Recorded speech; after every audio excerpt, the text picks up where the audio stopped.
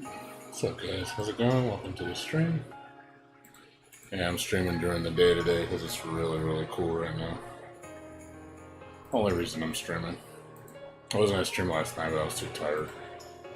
I'm gonna stream for a couple hours. I streamed till like 3:45 and I'll do my walk. Stream last night, but I was too tired.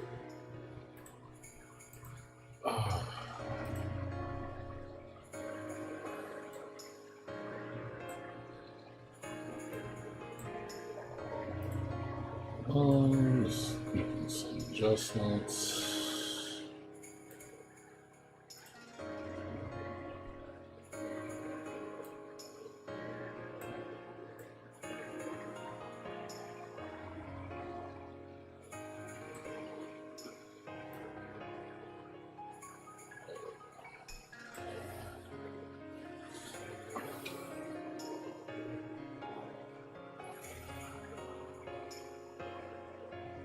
Alright.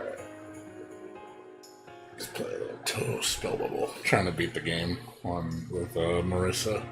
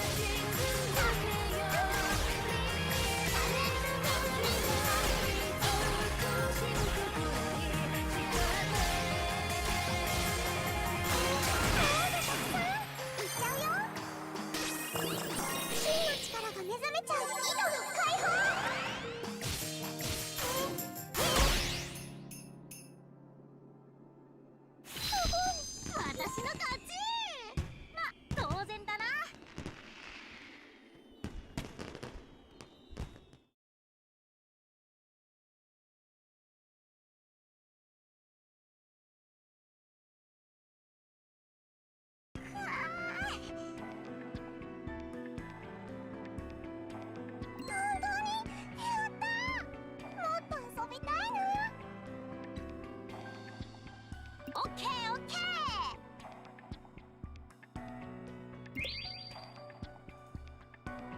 ー。今ちょっと盛りましたね。盛ってますね。すごいな。わかった。そう。そうそう。え？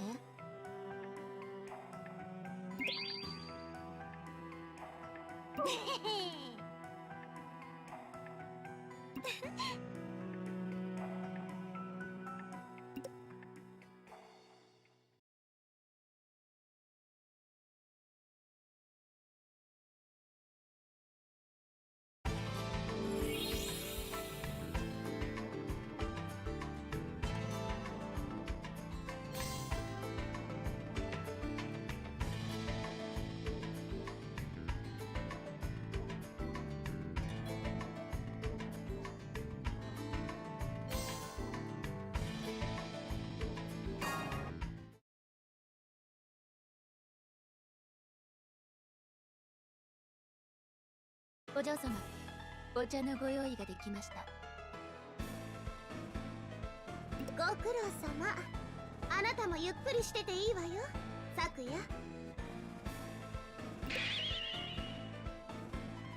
私はもうゆっくりしてるぜ。お邪魔してます。まあまあ、もちろん。はい。いやー、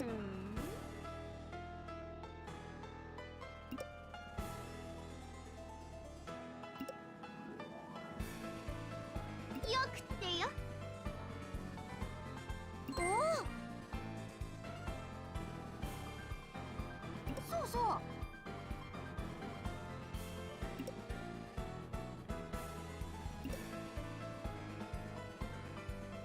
そうね。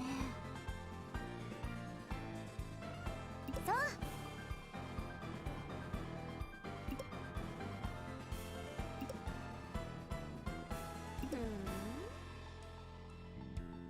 ふむふむ。はいはいはい。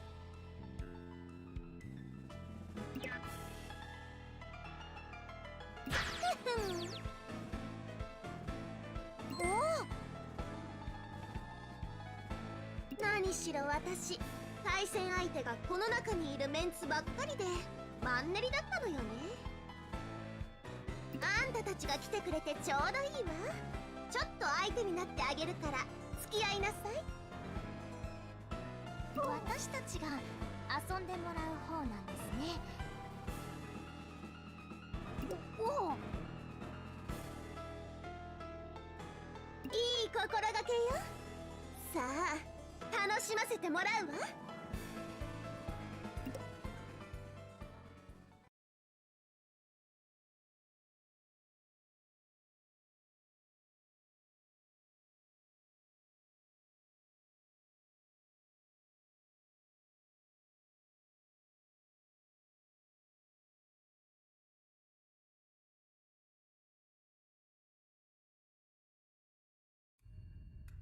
お手並み拝見。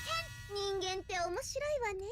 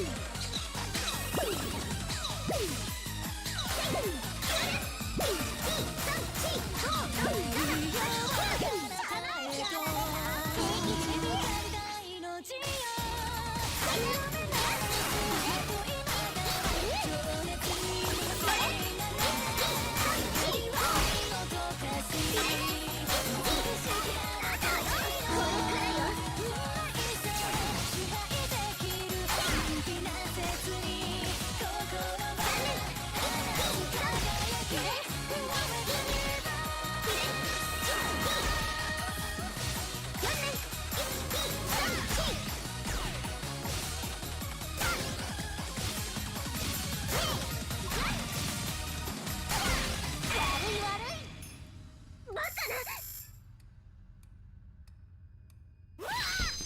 文化振興に貢献するのも貴族のたしなみよ。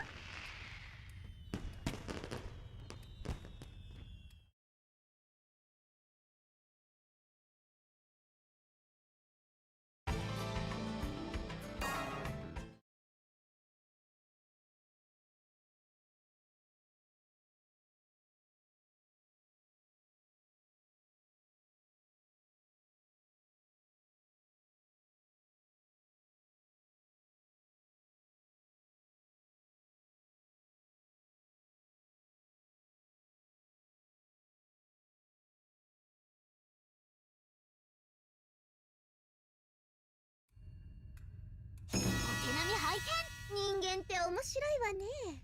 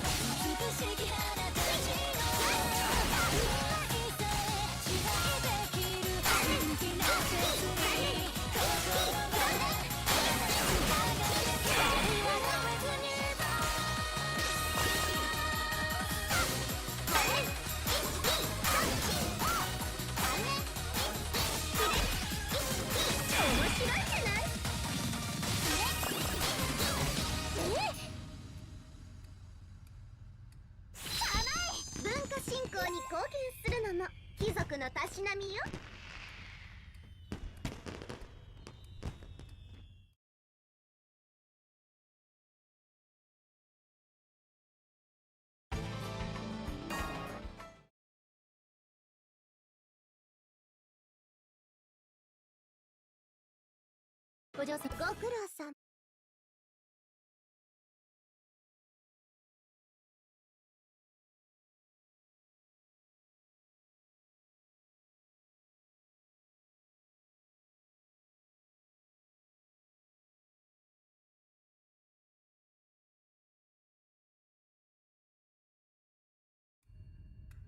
お手並み拝見。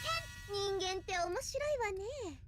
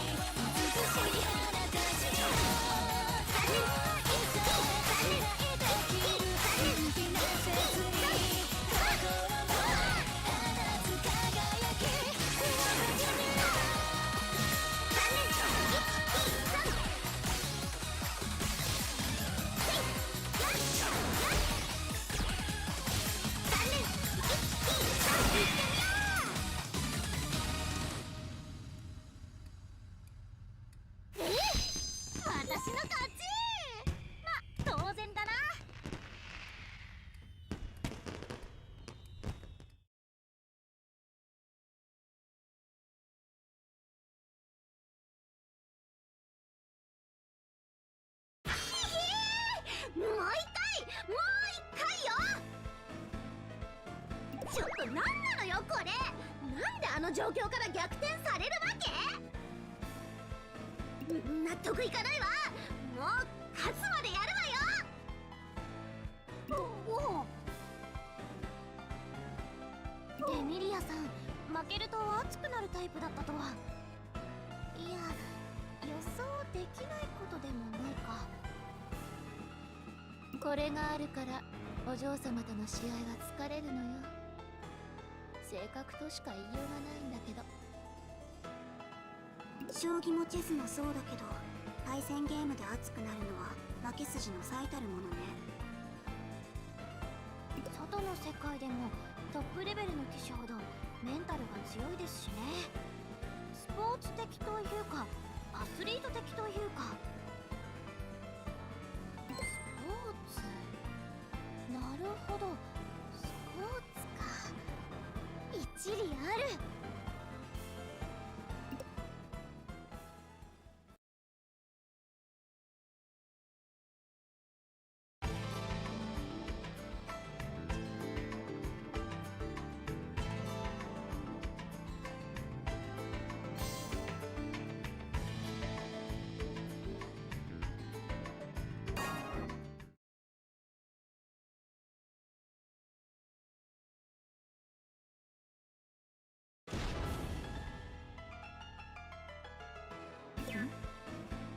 今何か大きな音がしたよ。それにこの容器。ええ、これはもしや。また私抜きで何か遊んでいるの？やはりこの声。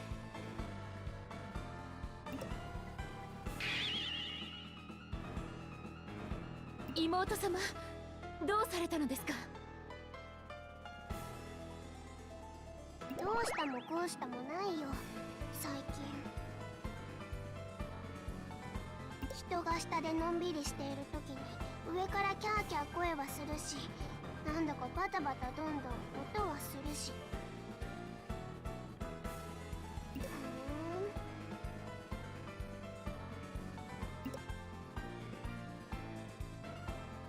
お前ちょっと。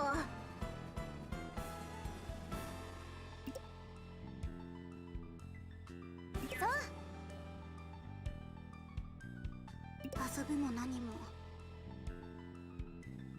妹様は普段から地下にいらっしゃいますから。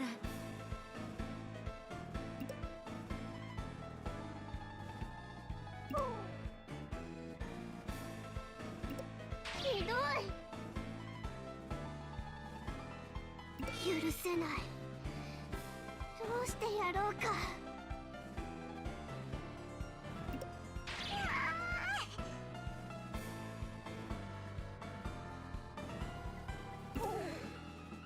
言い返す言葉もないわね。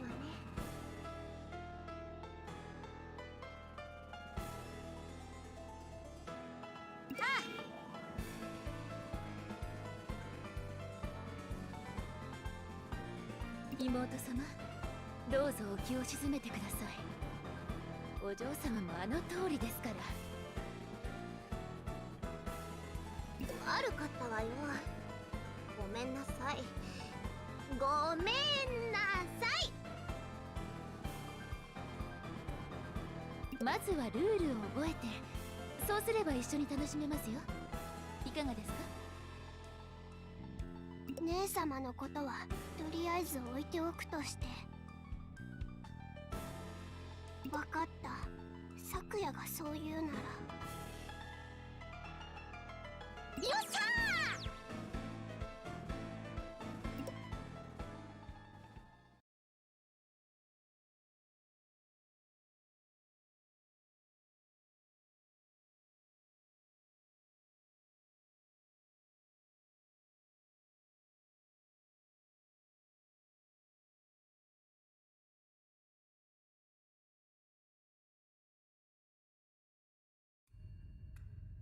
昔のことまだ根に持ってる？あなたがコンティニューできないのさ。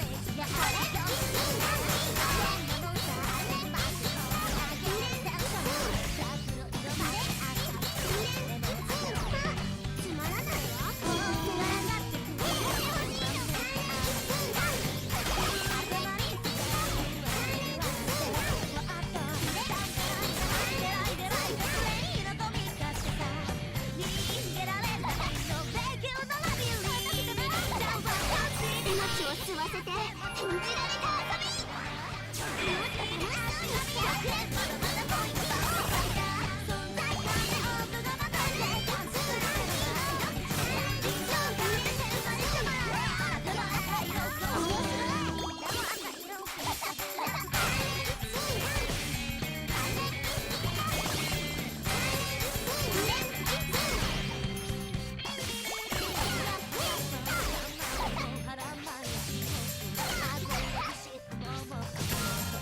がまかれて感じる臨場感で天才様あなたの赤色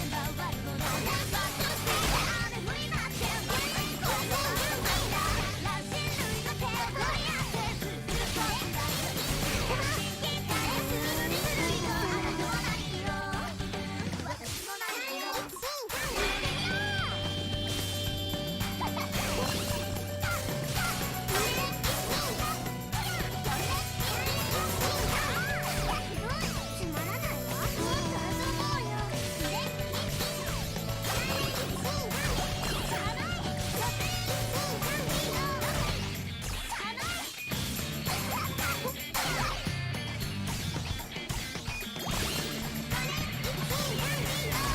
命を吸わせて禁じられた遊び。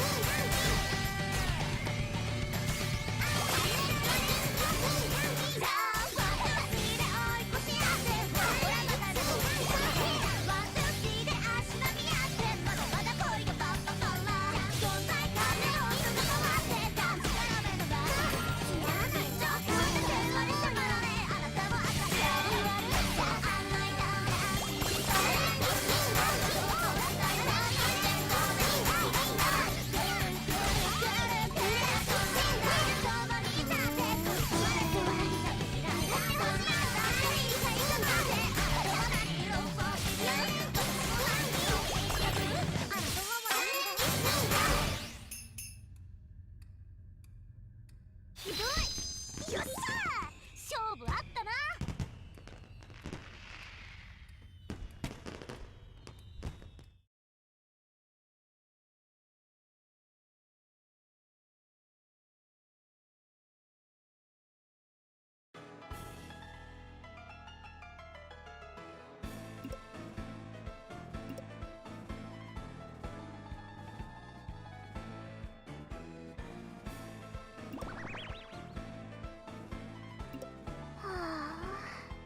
負けちゃっ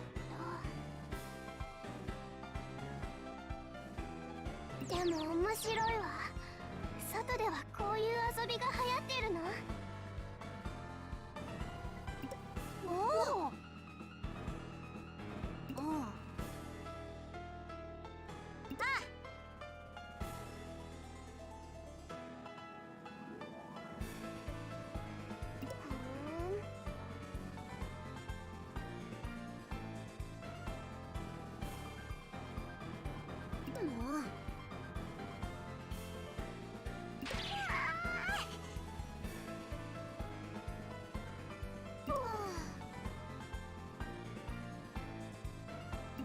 それ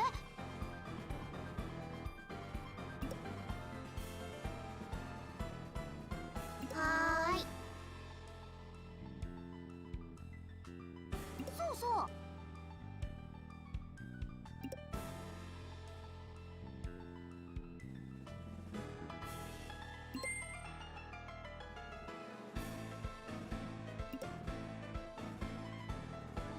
確かに。分かった。マリサの言うことなら聞く。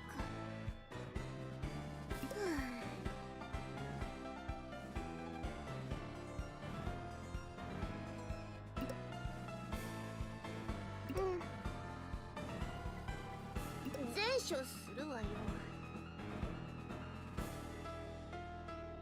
歯切れが悪い。おほん。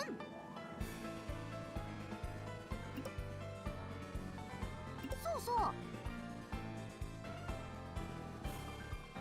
聞き捨てならないわね。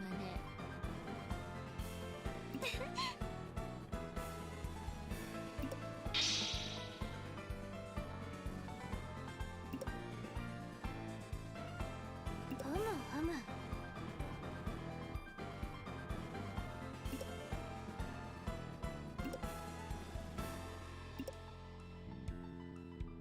ほほん。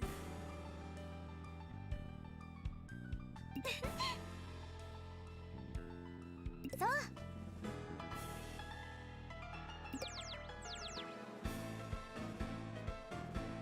おお。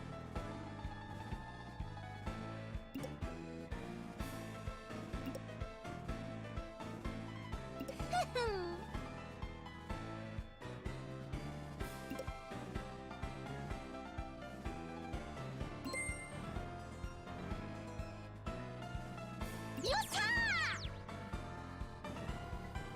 そうと決まれば善は急げです。早速何か最初の一手を打ちたいですね。いいスピード感じゃない。私はすでに構想があるわ。それはすなわち大会。そう、第1回幻想郷スペルバブルエキシビショントーナメントよっ。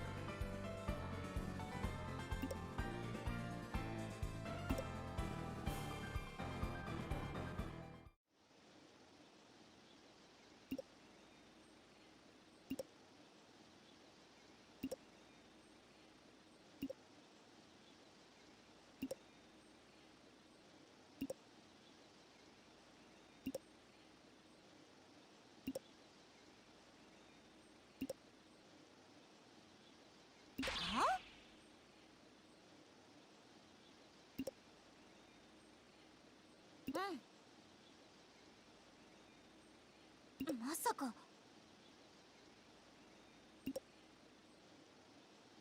こないだのあんたのお誘い、幻想郷スペルバブルエキシビショントーナメントだっけ？あれ乗ってあげるわ。こないだ早苗に話してエントリーも済ませたところ。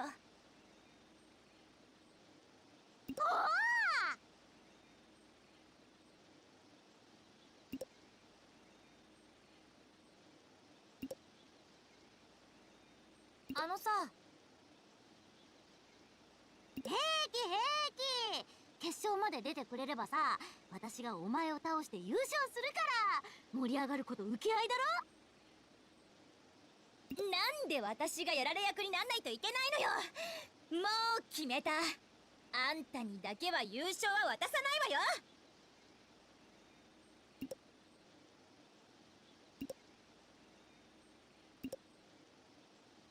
よっしゃ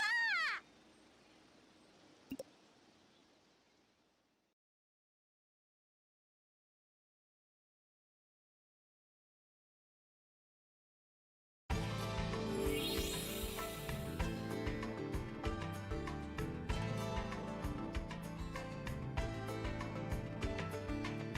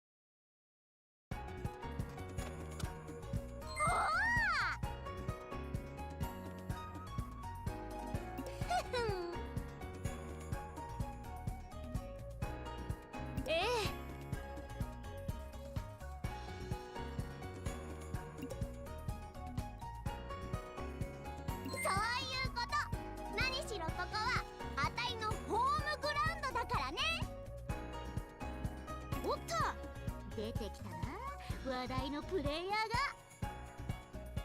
当然知った顔だとは思うけど、ここは改めて私が紹介しないといけないところね。コーマ館のスポンサードによる幻想郷スペルバブル界初のプロプレイヤー、その名もおなじみ、あたいこそが幻想郷最強のスペルバブラージルノだよ。お前そうよ。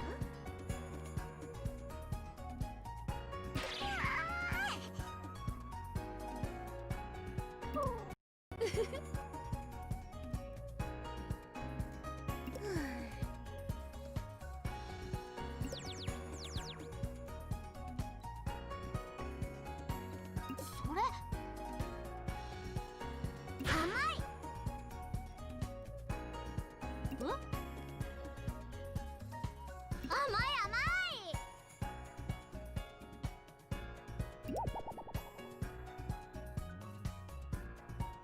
おおで、おーい。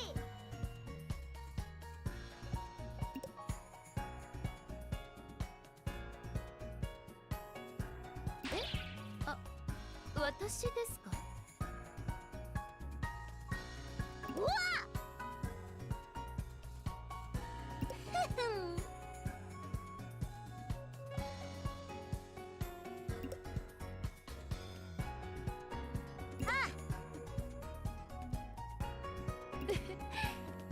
お嬢様にこんなに煽られてしまっては辞するのも野暮ってものですわ。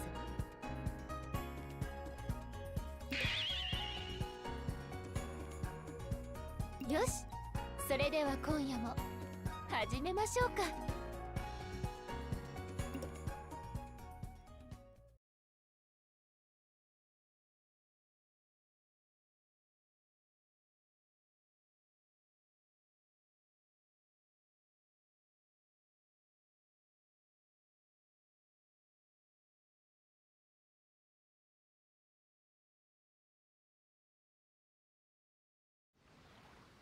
開発者として負けらんない。魔女に勝ち目はない。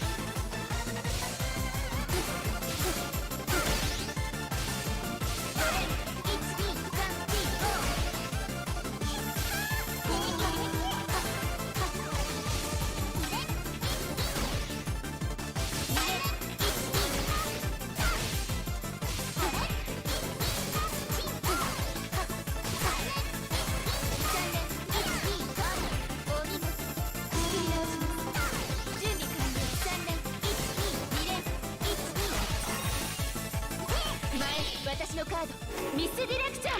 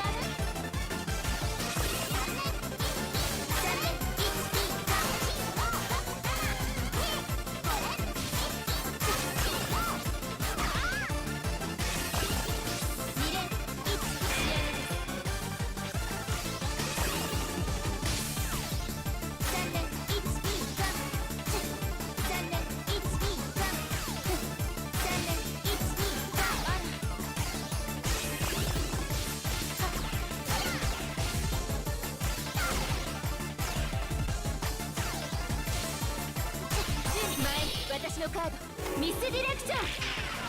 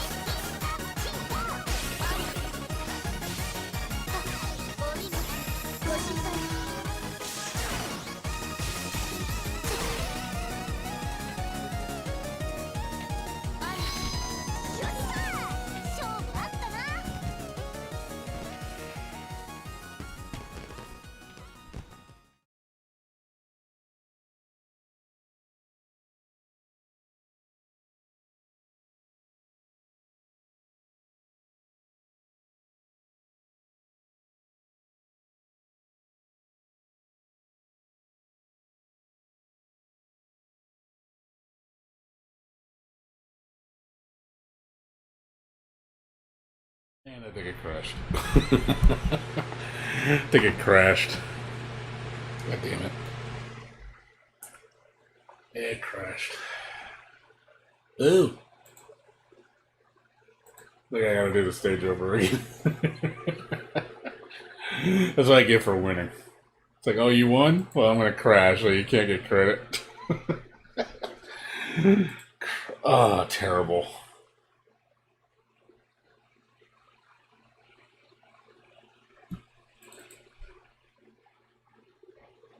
Terrible.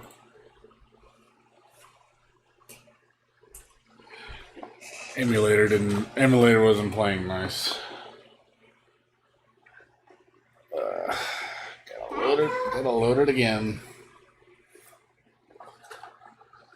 I'm pretty sure it didn't save it. I think you have to exit out the cutscene in order to get the credit. Otherwise it won't save.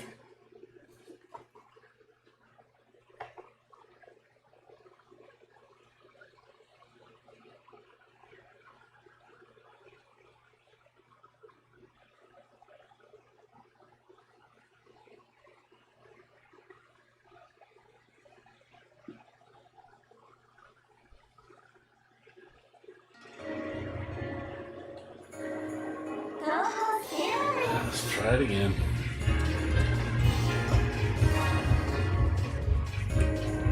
We'll see if it saved. I don't think it did. Ah, it did. Never mind. They gave me the credit.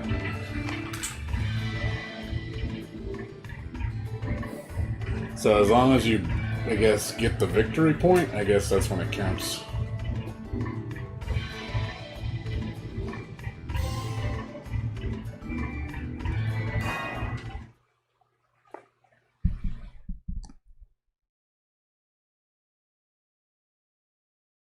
よう、お取り込み中のとこ失礼。あれ？おや？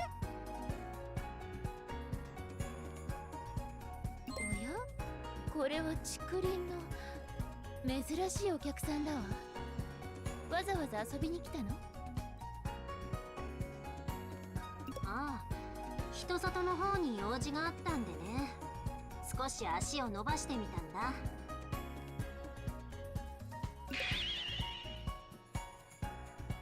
おお、竹林の萌え萌え女、よく来た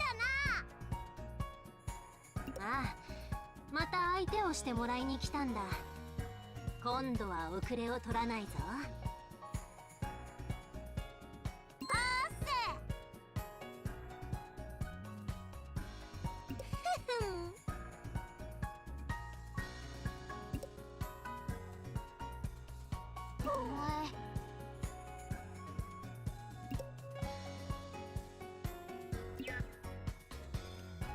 そんなところかな。地元ではまるではかどらなくてね。ええ。はあ、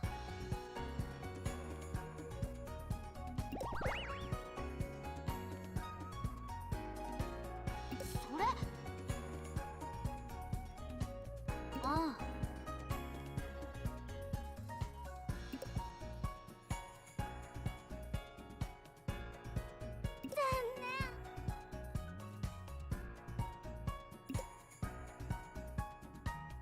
どういうこと？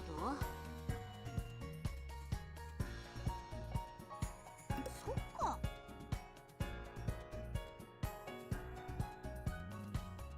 いいね。お前、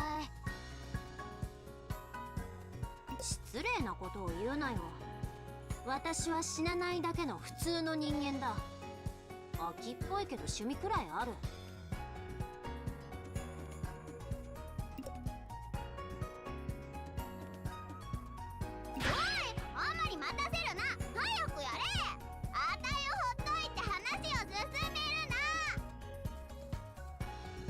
一番待ってるのは本人って節もあるけど。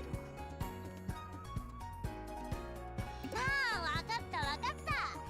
しゃあない、やるか。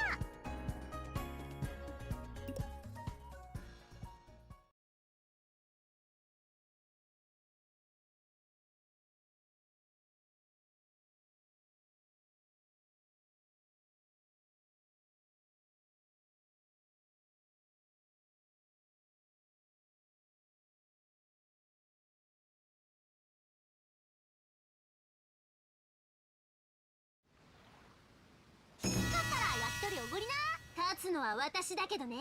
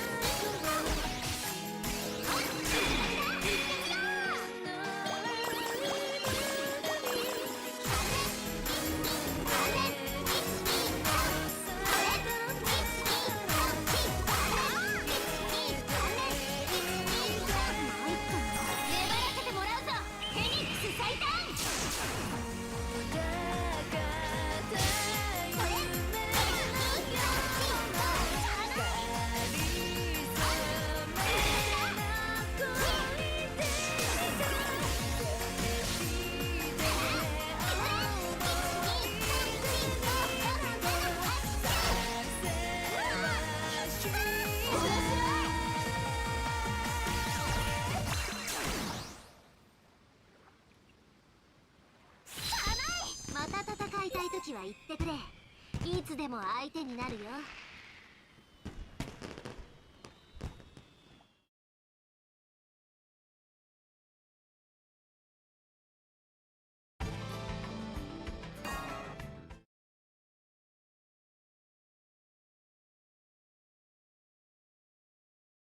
よう。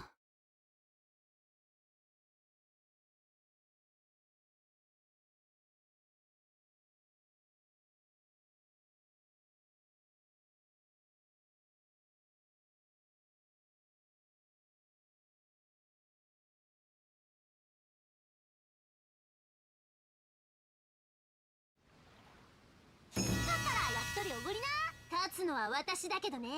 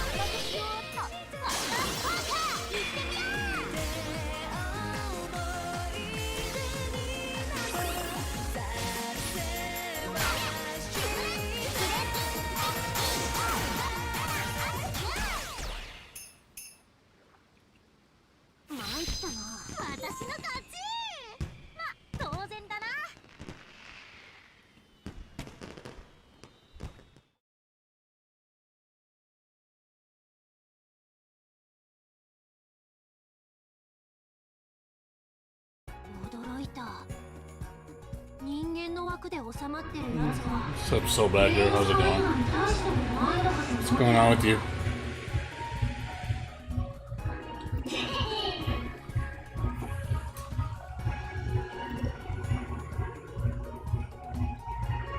なるほど。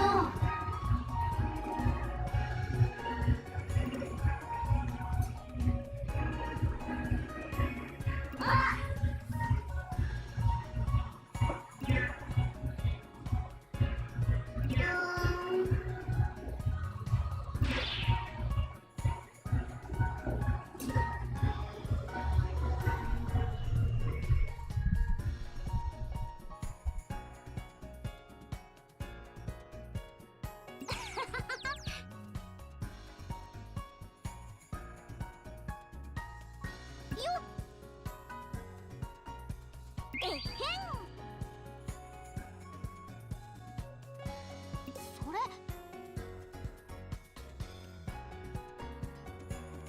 いいね。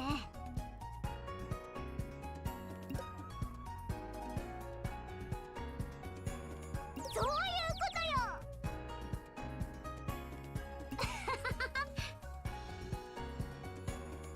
お前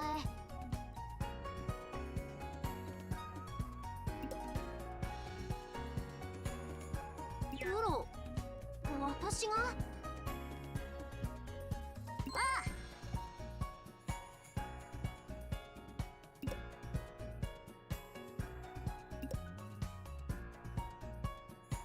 絶対嫌だよ。死んでも着ないね。おお。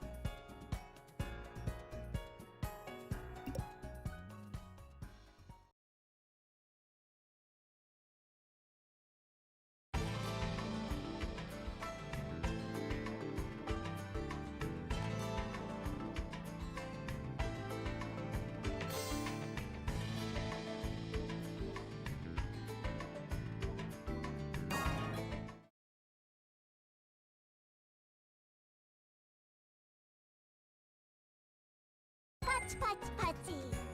なかなかいいものを見せてもらったよ。湖の近くじゃかなりの強強と言われるこの二人を倒すとはね。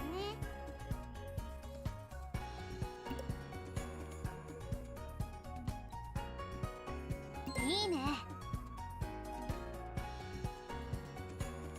あら、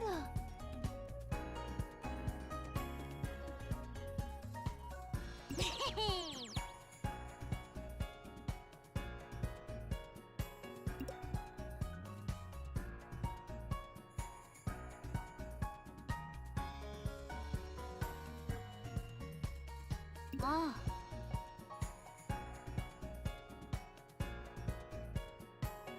へおい、あたいを無視するな。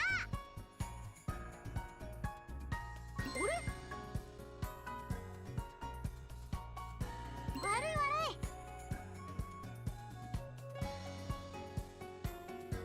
っておい。もちろん。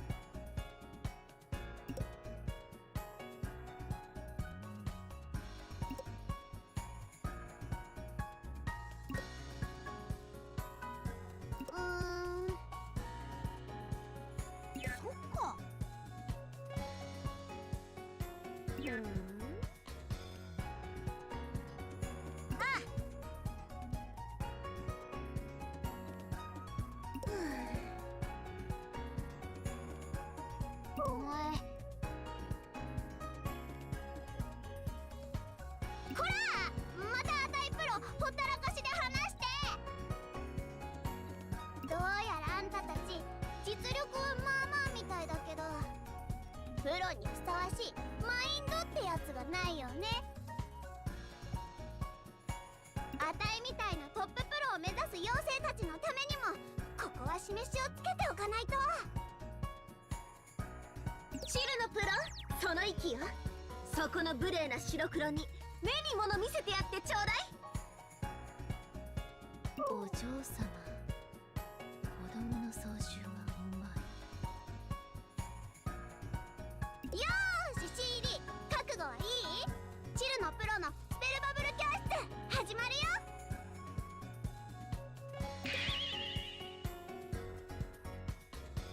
あたいみたいな最強を目指して頑張っていってね。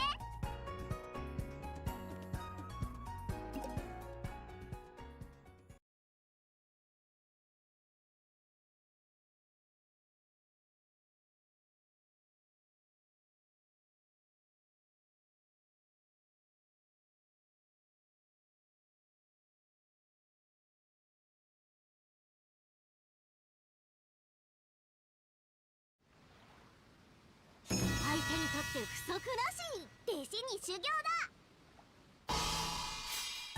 みんな食べ物と教室始まるよ。頑張っていってね。キラキラダイヤモンド輝く星のように志望校なんとかして入ろう。天才中トップ目指して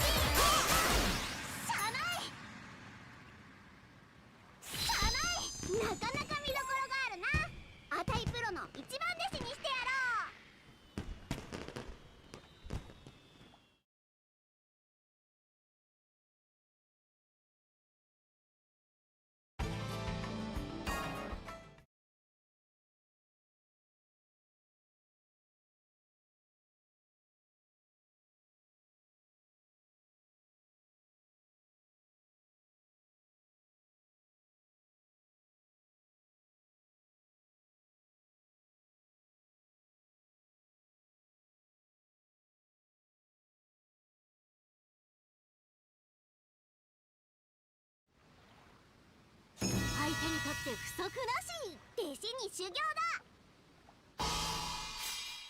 みんな昼間の教室始まるよ。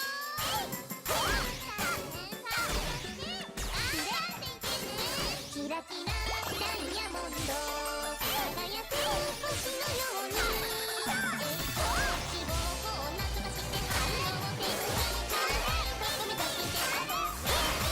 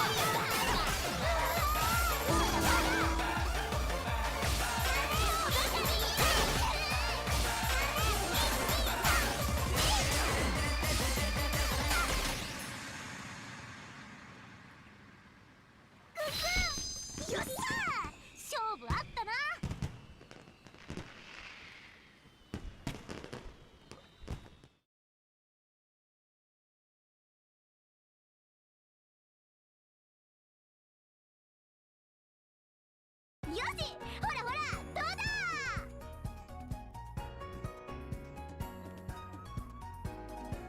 イエイ、これであたいの猛攻しのぎきれるかな。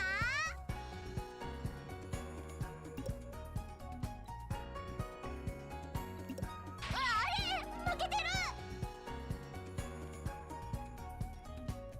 よっしゃー。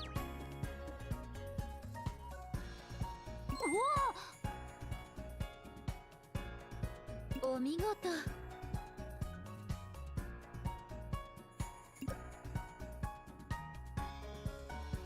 残念。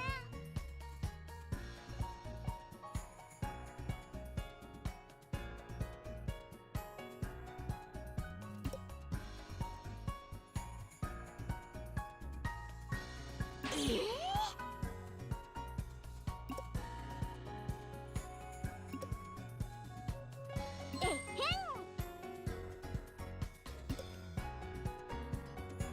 それっ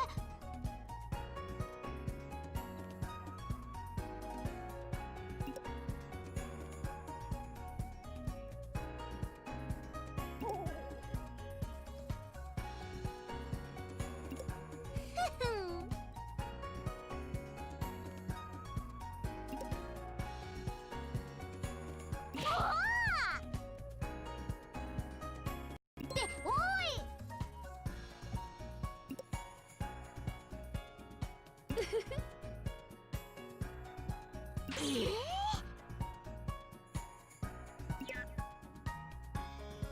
まあまあ付き合ってやんなよ、師匠にさ。ほらほら、楽しくなってきたな。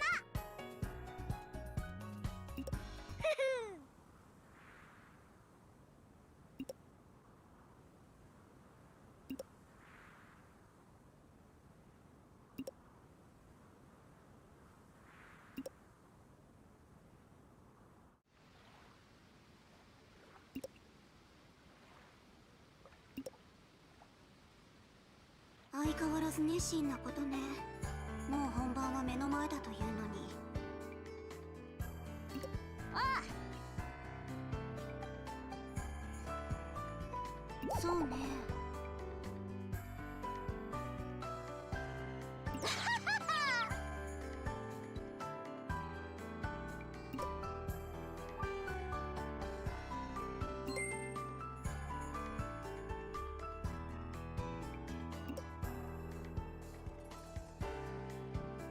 嫌よ。そっか。のんきな話ね。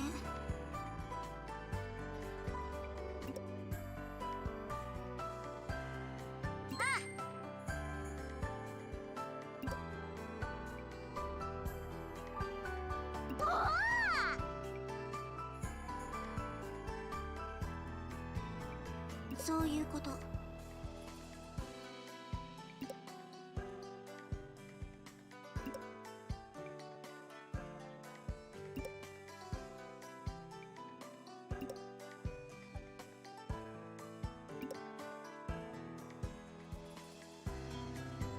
ほほん。よ。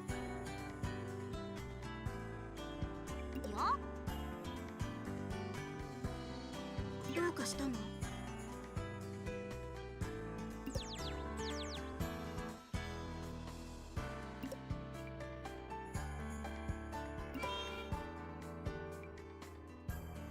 もういいわ。おい！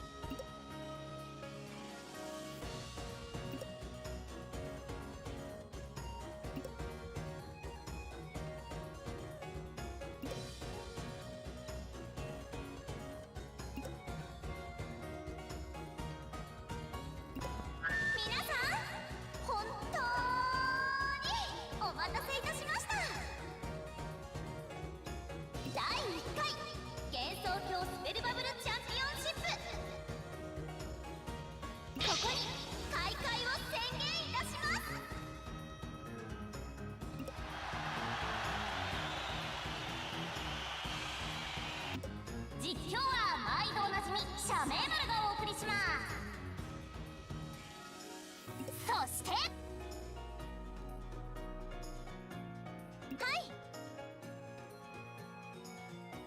さてさて、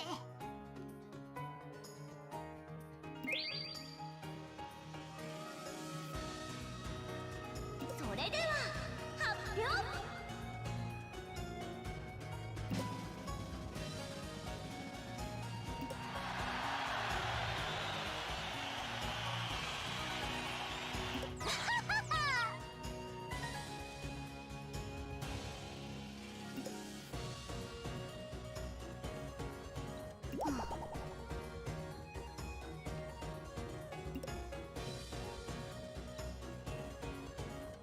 さてさて、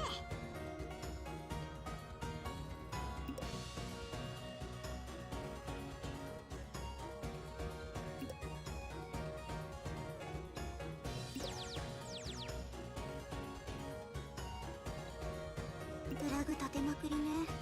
ま、回収が進まないことを祈るばかりだわ。どうですか？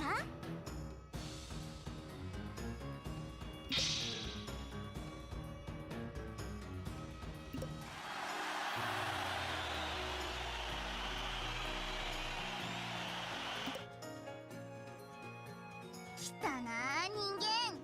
ここであったが100年目だぞ。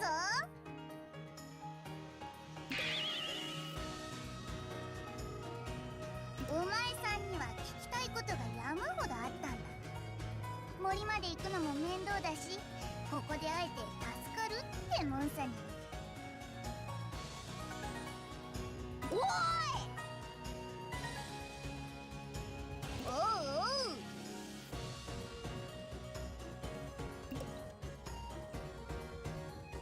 おう、にひひ。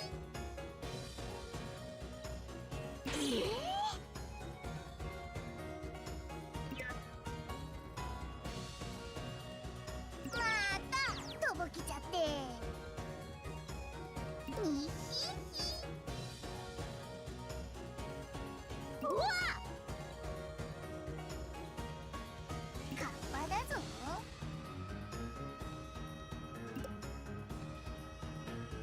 にひひ。お前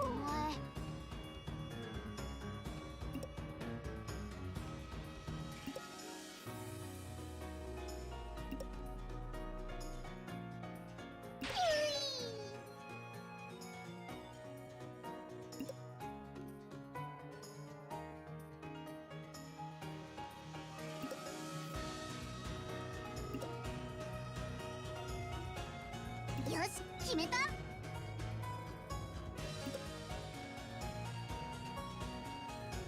流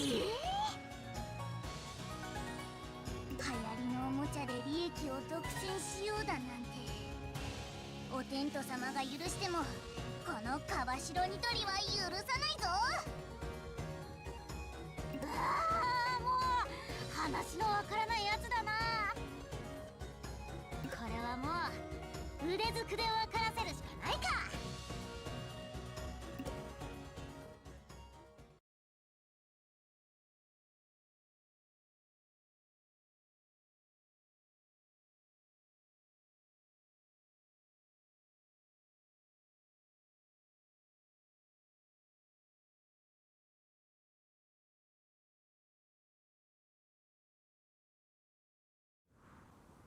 カッパの実力見せてくれ。本気で行くぞ。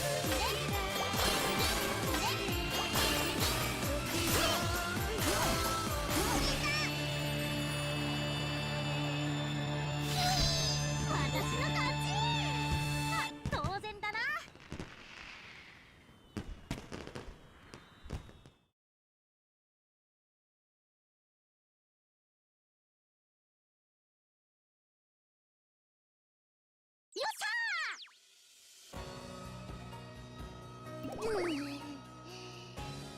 の音も出ない。実力の差で負けていたか。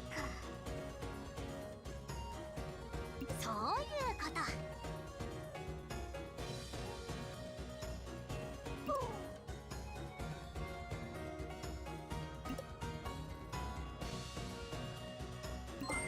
そうか。別に私は負けたら金輪際手を引くとは言わなかったな。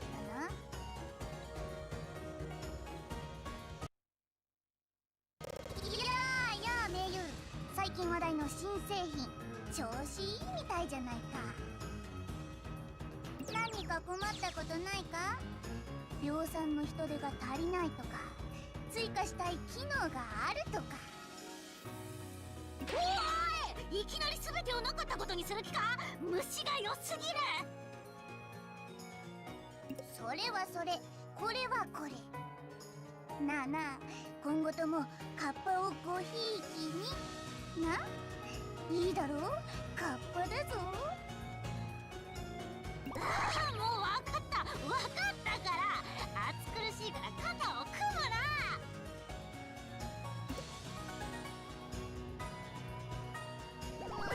あたいははあご覧ください。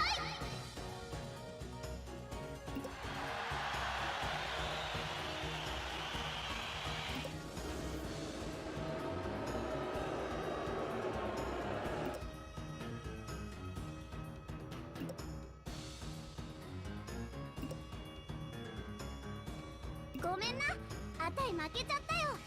でも相手も強かったんだ。もっと練習して次はもっといい試合にするから。うん、また応援してよね。あたいもっと頑張るからさ。おーい、チルのプロお疲れさんだぜ。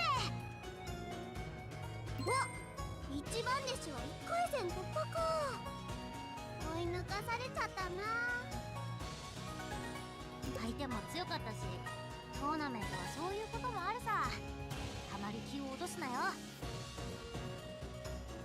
で、励ましてくれる仲間もあんなにいるようなら、そんな心配は無用か。当たり前だ。あたいはコーマ館所属のチルのプロだからな。すぐに立ち直ってみんなにいい試合を見せてやるのさ。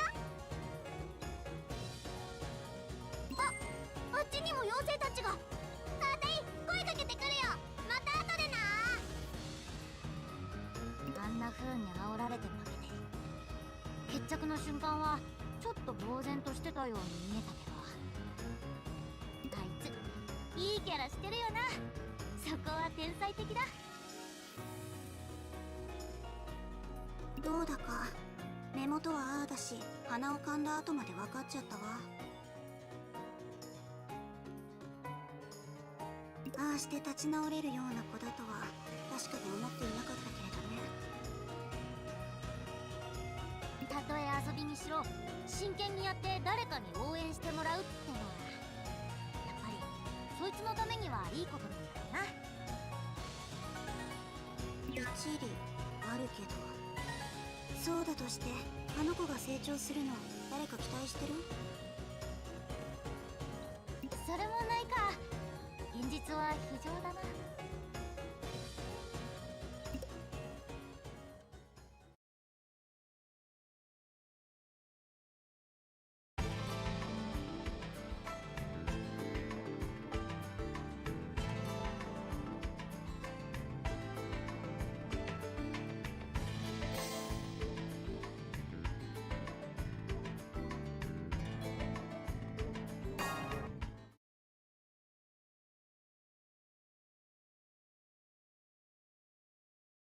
来たわねマリサ。ここで会ったが100年目よ。さっきと同じノリで出てこないでくれよ。さてはまた難癖か？難癖とは何よ、失礼ね。あなたにはしっかり事情を説明してもらわないと気が済まないわ。事情説明って何の話だ？とぼけたって無駄よ。このスペルバブルに関する一連のビッグイベント。会場はにぎわい、観客は物販を楽しみ、答えは一つ。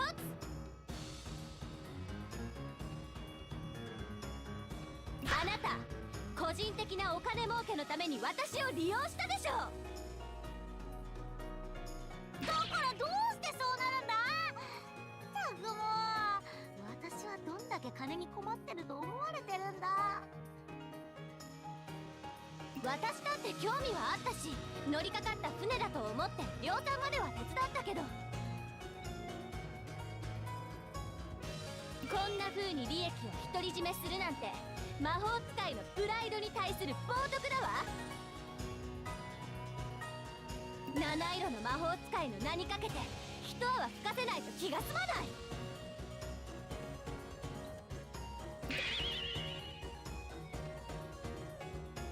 この場でギャフンと言わせてやろうと思って私も腕を磨いてきたの。昔の私と同じと思ったら大違いなんだから。首相すぎる。願わくばその情熱はいつも通り家の中で魔術の研鑽に使ってほしかった。黙らっしゃい。くそー、こうなったらやけだ。全員完全に分からせきってやる。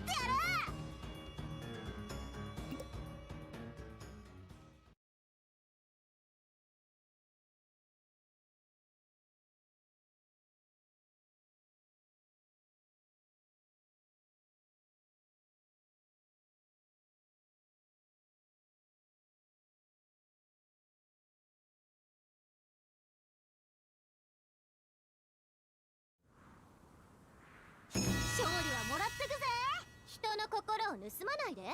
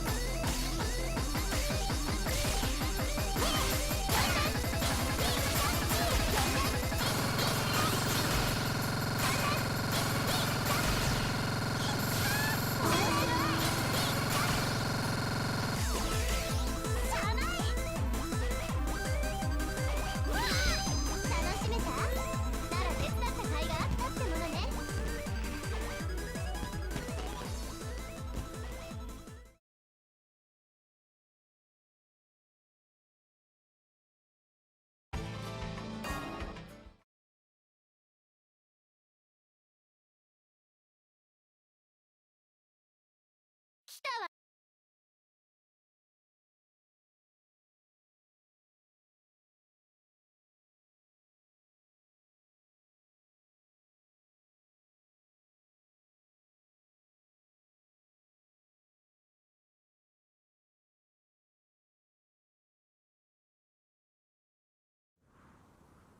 勝利はもらってくぜ。人の心を盗まないで。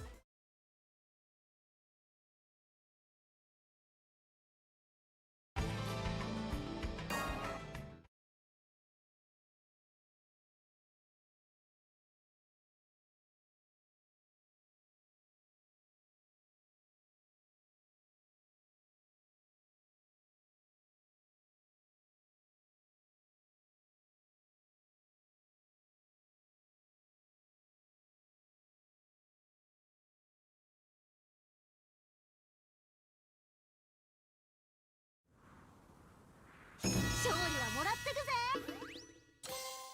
人の心を盗まないで。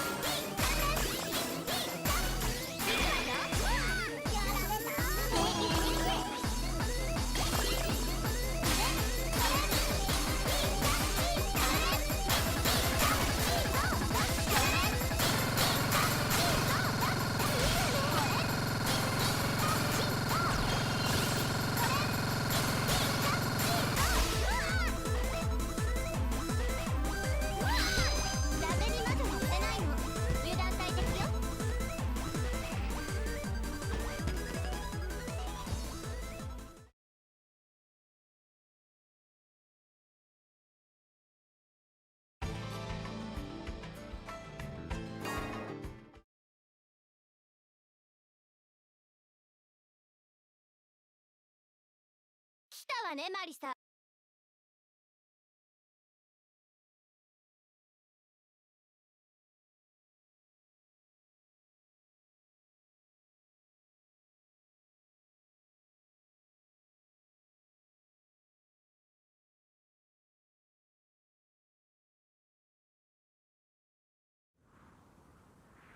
勝利はもらってくぜ。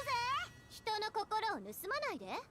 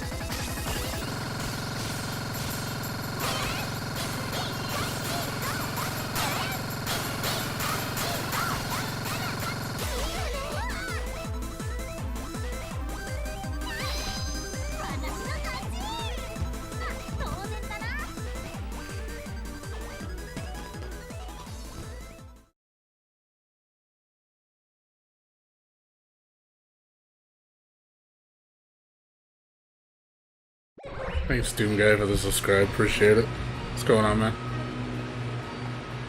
Sorry, I was focusing.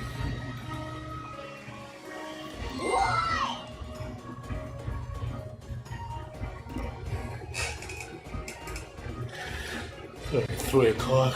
Gotta start working it out in a couple hours.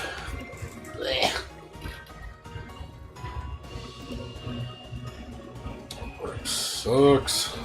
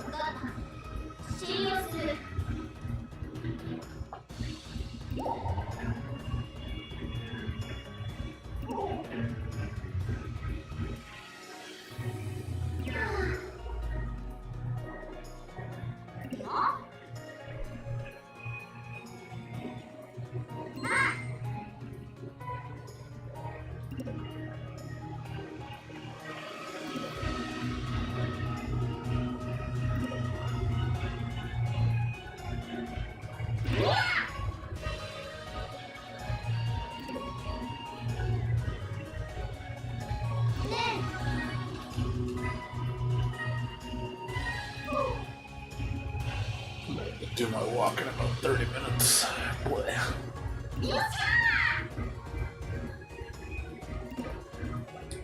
Probably won't be able to finish this up today. Tell you, man, not enough time during the day. I tell you, I can't do those long streams anymore.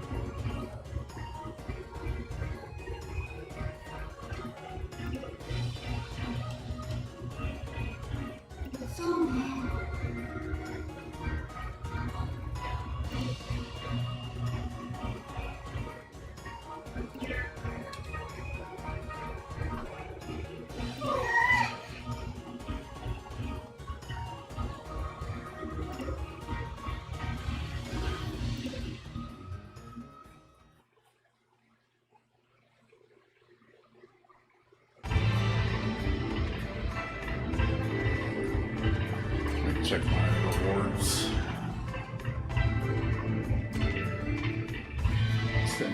they have now.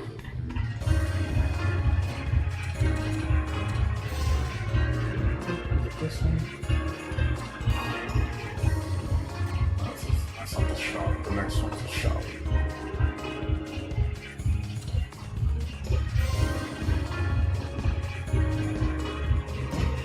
A lot of them? What is this? What the hell is options? Oh, there's a shop.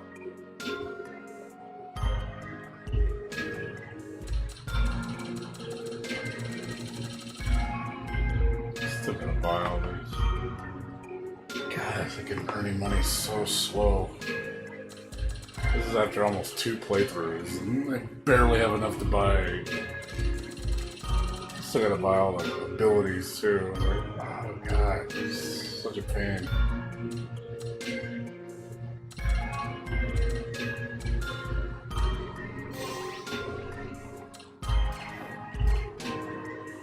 Yeah, I don't know if I could have. Man, even if I beat the game, I don't think you're gonna get very much. Maybe an extra 5,000.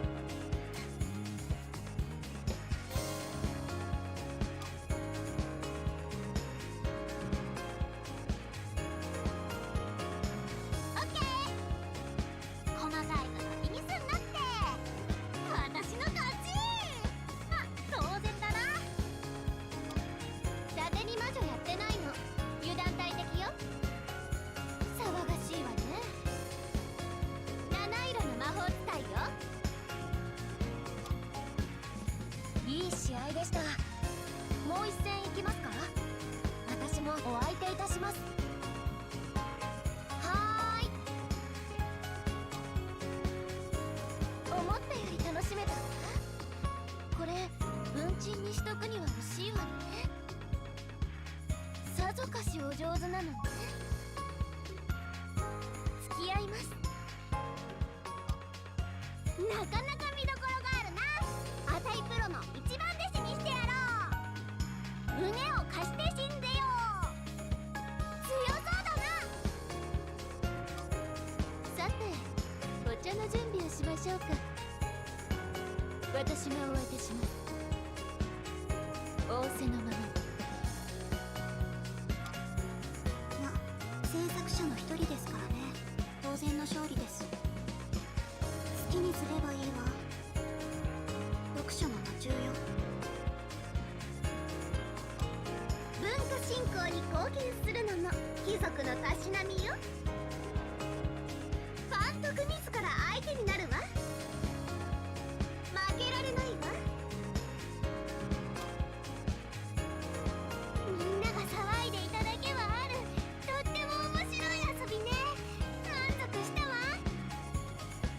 私と遊んでくれるの？本当？外に出ようかな。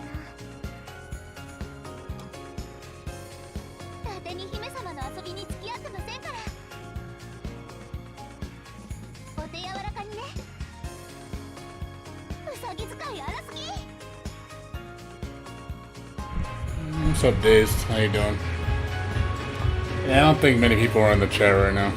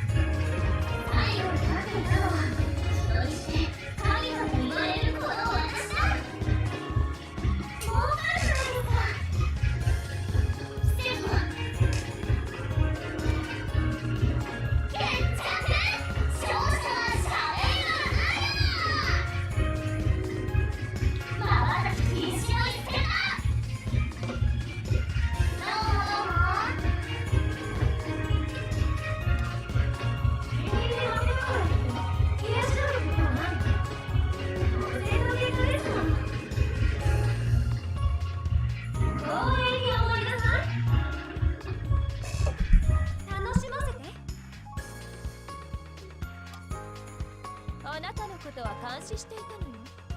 羽目を外しすぎないようにね。全てを受け入れます。放っておけないわ。なんならもう一戦やってみる？上等。かかっといで。やってやるわ。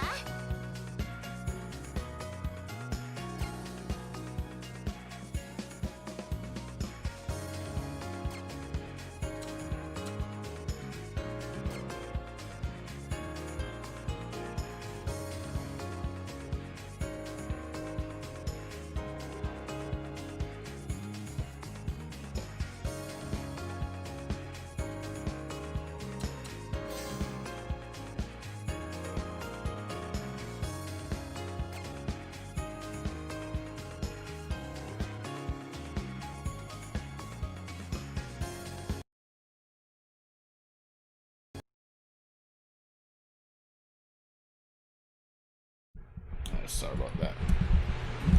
It's already 3:15. I gotta go do my walk in like 15 minutes.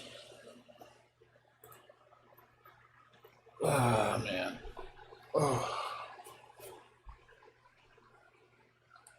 And you guys want to talk for a little bit, it's fine. I usually I haven't been streaming in the day lately just because it's been so warm, but today is actually really nice outside. It's like a nice cool, like 80 degrees. Let me check. I'm not saying that it's lower than that. It's like 70. It's like 75. It's like 75 in my room. It's really nice.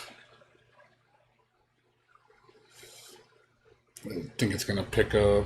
No, it's gonna be this kind of the same across the whole day.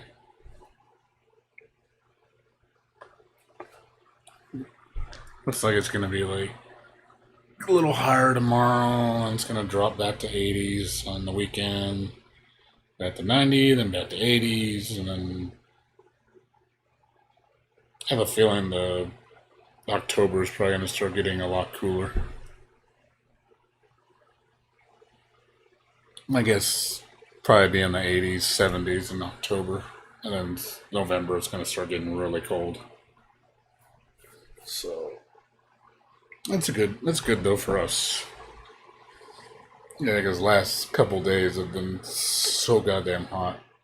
Like it was 108 on Saturday, which was dreadful. And then yesterday wasn't that bad, as bad, and then today was a lot nicer.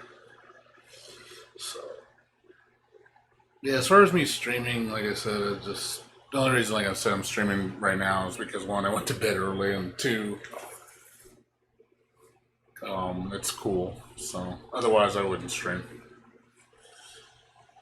So the only thing is, I can't stream very long because of my walking regimen.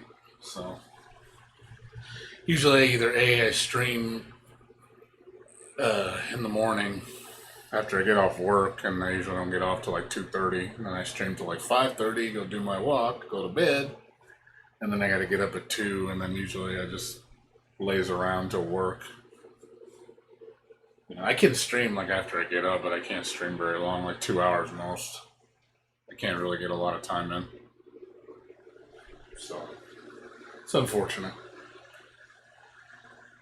But yeah, just not much here. Just waiting on, honestly, waiting till October when the next game I want to play comes out. And now I'm just playing various shit. He goes, "Yeah, let's do it." What's up, Spike? How's it going? What's going on with you? I'm just talking for a little bit before I gotta leave in like 10 minutes.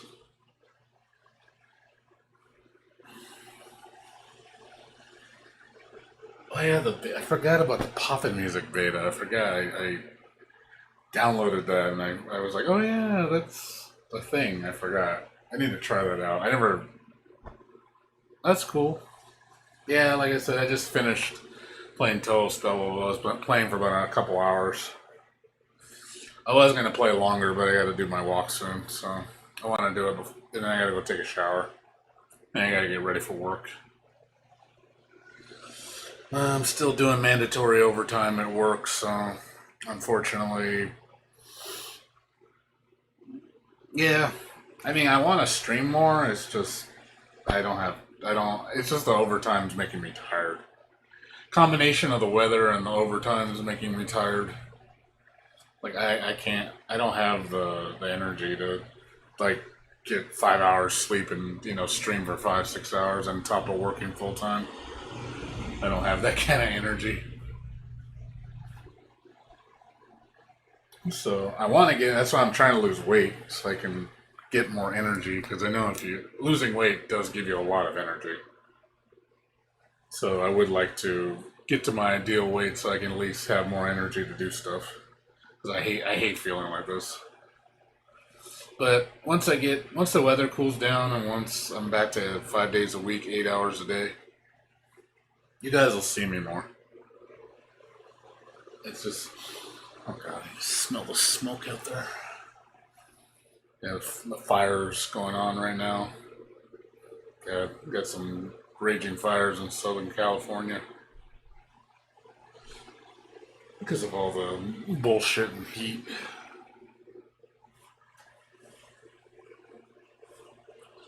But yeah, like I said, I want to stream more. I do. I just, again, it's more of a matter of just I'm tired and I'm hot. Yeah, I know. It's dumb. Not the time to be doing. You know, there's never a time to be doing arson. You know, it's like, come on, guys. Like, we're in the middle of a pandemic. We don't need more problems. But people are dumb. You know, they're selfish. They don't get their way. They want to cause a panic and make everybody else suffer. It's like, nah, that's not the right way to do things. I mean, I get angry. Don't get me wrong. There's times where I'm like, want to strangle our president because he's such an idiot. But at the same time, I'm like, you know, I don't need to cause more problems.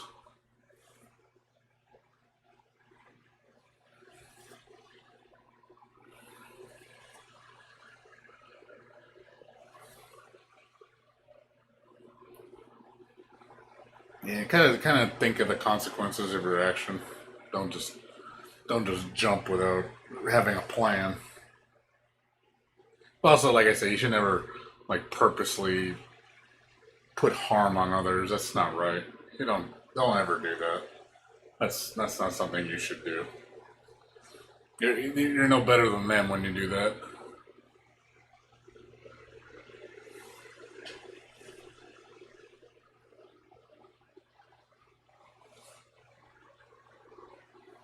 But yeah, not much else. Yeah, so just work. Hopefully this week is supposed to be the end of my overtime, so I've been working, I think, going on 5 or 6 weeks of OT because we started the first week of the month last month. So yeah, I think this is, yeah, we're going on the fifth or sixth week of OT. So I'm like, ugh, I just want to get back to my normal 40 hours. I'm suffering over here. I'm like, oh my god, like I want to go back to 8 hours a day, 5 days a week, not this 9 to 10 hour days, 6 days a week bullshit. That's just too. I get tired. Because after your shift, and the shift drags so long, and you're just like, oh god, just get me through this shift. And then you get to the end, and you're like, I'm tired. I'm going to bed. Like that's how I feel.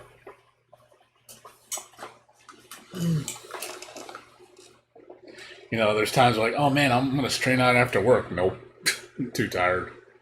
If it was 8 hours, I can do it after work. That'd be no problem. I think if I got off at 2 o'clock like I normally do, I could stream at like 2:30 until like 5:30, and then go do my walk, go to sleep, and I can comfortably keep that schedule all the time. I think that would work most of the time. I can't do my 5, 6, 7 hour streams daily like I used to. That's not going to happen anymore. The only time I stream long hours are on the weekend. You see me stream on like a normal Friday. I'll stream from like, if the weather's good, like 6 or 7 all the way to like 4 in the morning. And then same thing with Saturday, 6 to 7, like 4 in the morning, maybe 5. Depends how I feel. Usually I get a good 10-hour stream in on the weekend. That's when most people watch me. But during the week, it's kind of like, kind of just small streams. Even if it's a game I really, really want to play, you're not going to see very long streams during the week. I think the most you might see is 4 hours. And that's if I'm right after work, and it's a game I really, really want to play, and then yeah, you'll probably see me for 4 hours daily.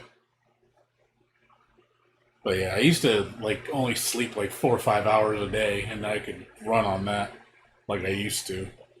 Like when I used to play Final Fantasy 11, I would work from 2 p.m. to 10 p.m., get home, start streaming at 11 o'clock at night, or start playing at 11 o'clock at night till like 7 in the morning, and go to sleep. And I would get up at like Yeah, I would get up around 1 o'clock, get ready for work, and then I do that every fucking day. Back when I was young, I could do that. What's up, Sullivan? How you doing? I know I'm usually not on at this hour, so it's rare you see me. It's not. The weather's nice today, so that's why I'm streaming. But I'm also just killing time until I go do my walk. Are you having family issues? Like, what, not getting along type deal?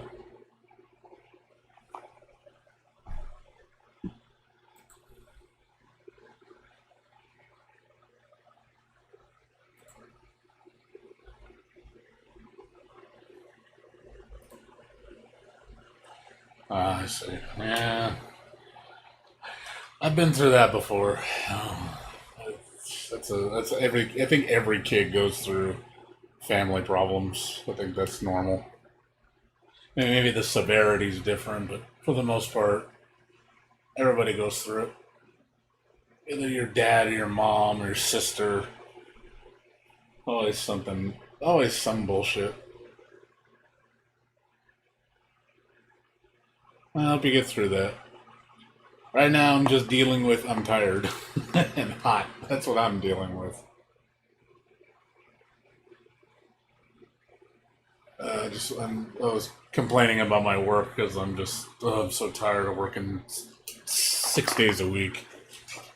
I'm just tired of it. Like I can't do it. Like I can do it, but at the same time, I feel like I can't live a normal life because I can't do the things I want to do.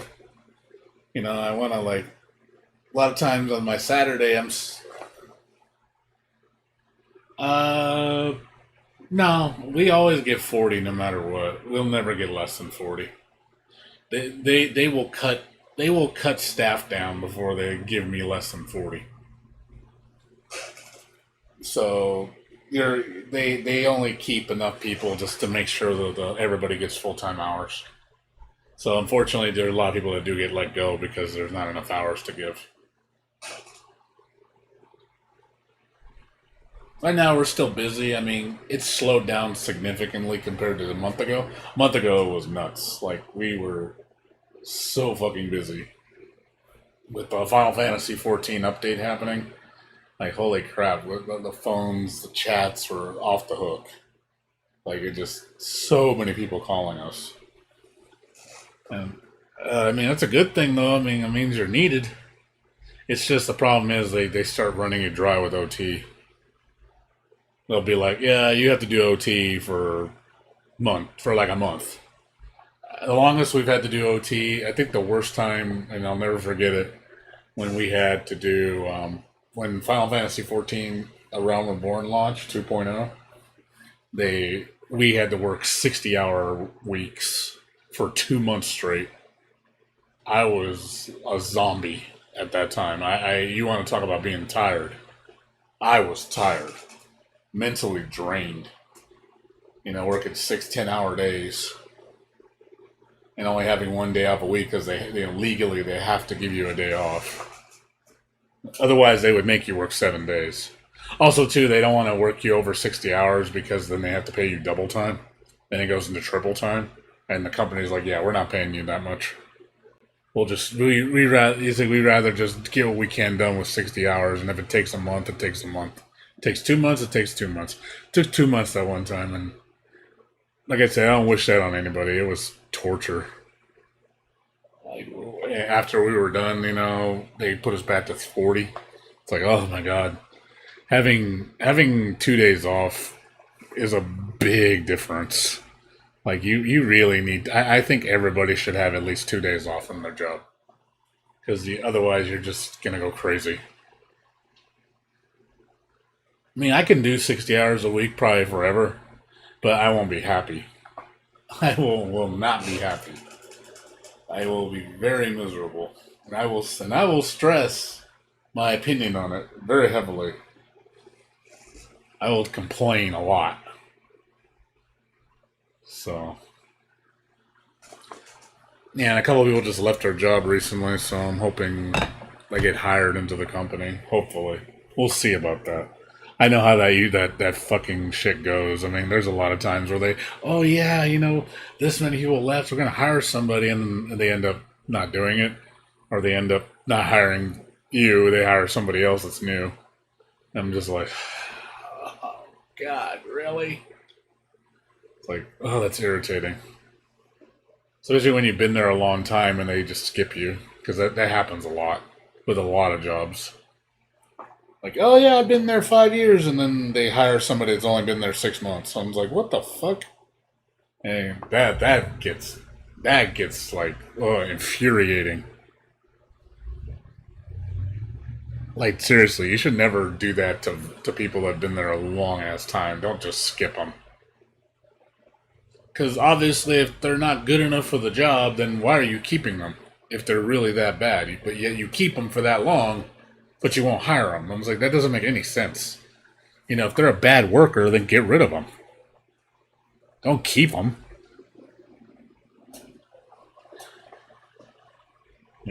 That's the way I see it. But we'll see. Maybe I'll get lucky and get a job, and then I'll have a little bit more security, which will make me happy. And I could, it would give me some peace of mind just to go, hey, I have a full-time job and it's permanent. And then I won't have to worry about getting let go, because it's very, very, very, very unlikely they'll let you go. The only time they ever let you go at the company is when you do something really bad. That's most jobs. I mean, you got to do something pretty outrageous to get fired. Like if you stole or sexual harassment or something, that's understandable. You can't do that. But as far as like, oh, you made a mistake on an email, they're not going to fire you for that. So, we'll see. I'm just trying to think positive and hopefully get a full-time job. It's not, I don't like, the pay is not the greatest. That's the only thing I don't like about this job. It's decent pay. It's easy. It's decent pay, but yeah, I would like a better paying job. My friend wants to get me into Kaiser Permanente, but I tried getting in there before and they turned me down. It's an easy job too. I have 3 friends that work at Kaiser Permanente, and they all make really good money. I think one of my friends, he's already making $31 an hour. I'm like, fuck. That's not bad for working in the warehouse. $31 an hour is awesome. And you get amazing medical benefits. Like, you can't beat the benefits. I mean, you're working for a hospital, one of the largest, if the largest hospital in the world. So, and then you don't have to pay anything. Everything's paid for. That's a huge benefit. Another reason why I would like to work at Kaiser. If I can get in, you're pretty much, you're set. You could retire from that job. Yeah, I wouldn't like the work because it is boring. Because all you're doing is packing medical supplies and shit. It's pays better than my job, and it's even easier. And I'm in a field that I know ain't going anywhere. It's medicine. Medicine will always be viable. If you're not in medicine and if you're not in technology, you're not in the right field. That's where I could say the largest job security is. They're always going to need, technology is going to always get better. It's always going to be needed. And then medicine is always going to be needed. So you don't have to worry about, and these companies make so much money. And so you don't have to worry about not getting paid. You will get paid. And so, but that's about it, Sullivan. Not really much else. Not much else to talk about. So I gotta start working. What time is it right now? Yeah, I gotta start working like an hour and a half, so I'm about to go do my walk. I'm just getting ready right now. Go do my walk and then come back and take a shower. Probably cut my hair.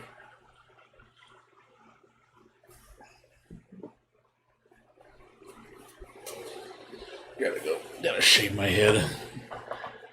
Get hot.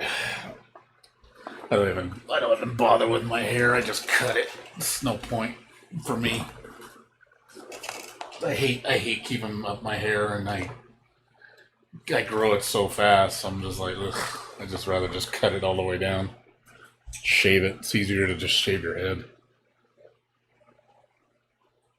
Recommend doing that. Haircut stream. There you go. What's up, Bursky? How you doing? Good to see you. Yeah, you want me to shave my head on the stream? No. You will get to see me shave my head on stream. I know people would want to watch that, but it's like, no, I'm not going to shave my head on stream. Not like, I don't know. I don't find that particularly exciting. I will pay good money, dude. If the stream, like, if I had that many people watch me and they're like, dude, we'll pay like collectively $1,000 to watch you cut your hair. Oh yeah, I'd do it in a heartbeat, no problem. I would be like, sure, okay, I guess you guys really want to watch it that bad. I'll do it for you. That'd be the only way. It'd have to be a considerable amount of money. I am damn greedy. What about? No, not for $5. I don't feel like it for $5. Maybe 100. Maybe. Keyword maybe.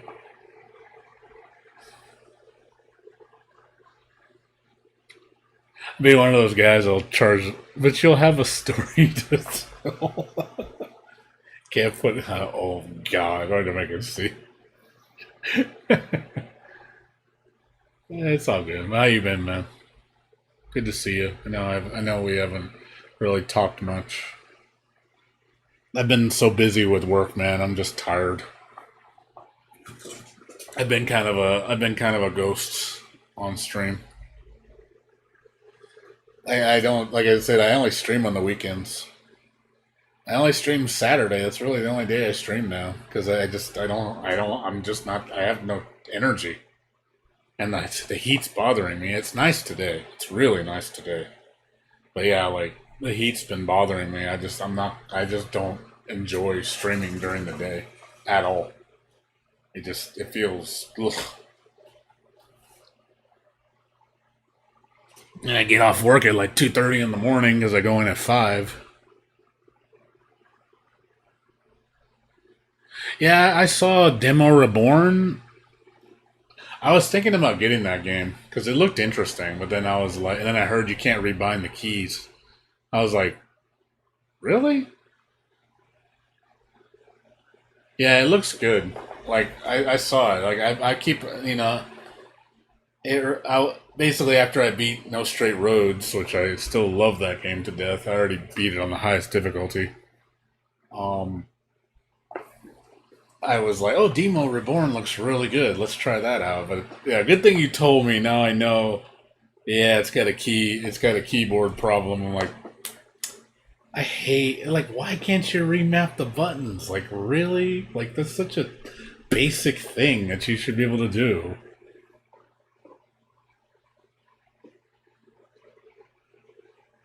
The demo. Okay, you were messing with it last night. Oh, no problem. No, yeah, Vangster. Ease doesn't come out till Ease 9 isn't out till February. It comes out February. February 5th for US.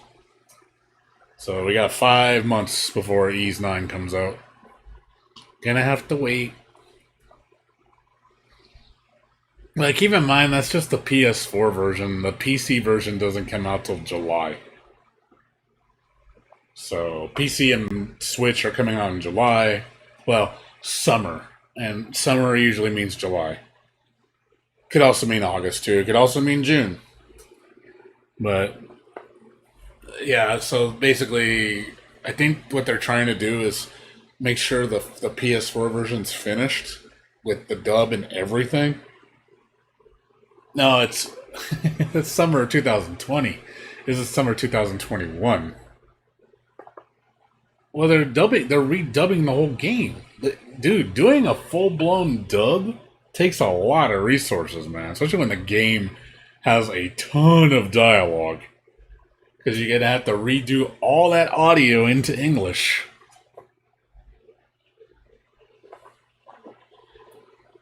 This dub takes a lot of. I hope not. Well, you can hear some of the dub. I don't know if you like. I mean, you want to watch it? Let's watch it. They showed a little bit of the dub. It shows Aprilis's voice. Let me get the video.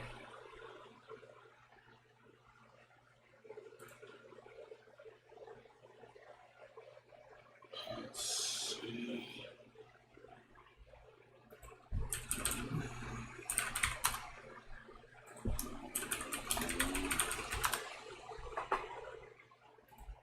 It was back in. Let's see, where is it? I'm trying to find it. This one? I think it was this one. I think it was this one. Was it this one?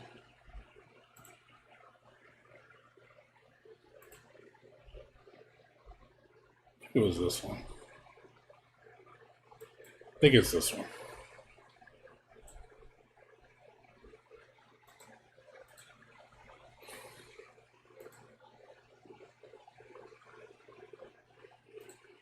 I think it's this one. Don't hold me to it.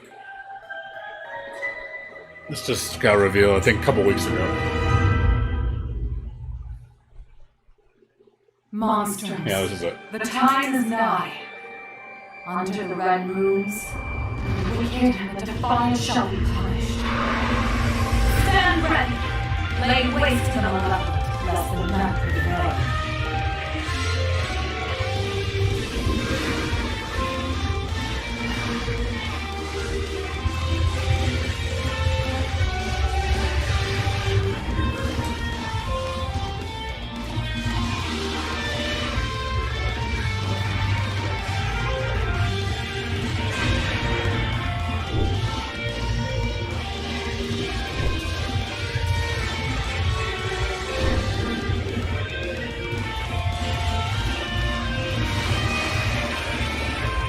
I hope not. I hope the PC version's amazing.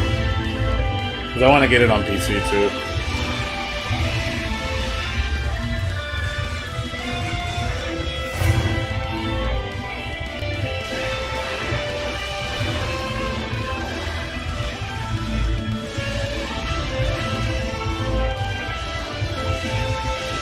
Monsters, ascend to this unworthy night.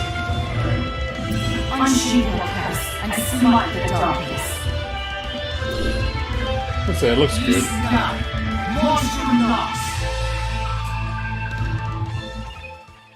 Looks good. As a, the dub sounds pretty good. I said, so I'm looking forward to it. I really am. I'm like super excited about it. It's probably gonna be one of my best games of the year. Now I get to actually understand the story, so I can actually, that'll enhance the game even more. It's like I love the Japanese version. I can't understand anything, so I know if in English, it'd be nice just to understand the story.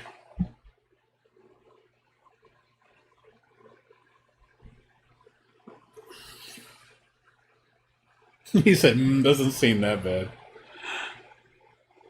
Well, I mean, I've seen the reviews of people that do understand the story. They said it's not as good as 8's story. 8's story was really good.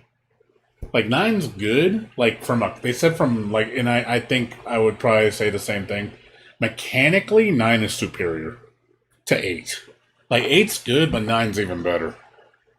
Like 9, I think almost perfects the formula. Just adding all the different abilities you can do that really change up the gameplay. And the only bad thing I don't like about 9, the three biggest things I don't like, is 1, it's way shorter than 8. Like, way shorter in terms of content. Because Ys 8, with everything, if you 100% it, it's about 80 hours, which is amazing value. But you get with a good story. Lots to do. There's, tons of stuff to do. There's tons of stuff to discover. The game has got lots to offer. And you play 9 and it only has 50 hours.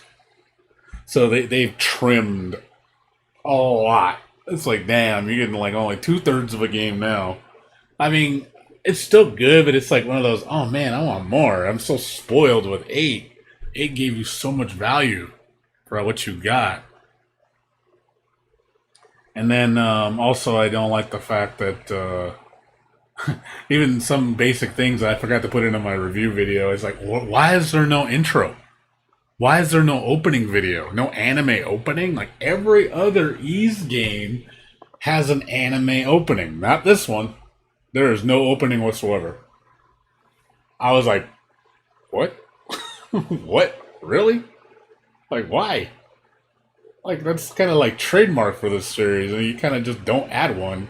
And there wasn't even an ending animation cutscene. I was like, it was just. I mean, it's still images. I could forgive that a little bit more, but just like, come on, really? You didn't put an opening? Like, I want to see this epic opening, with all the characters being animated, just looking badass, and then you don't do it. I'm just like, why?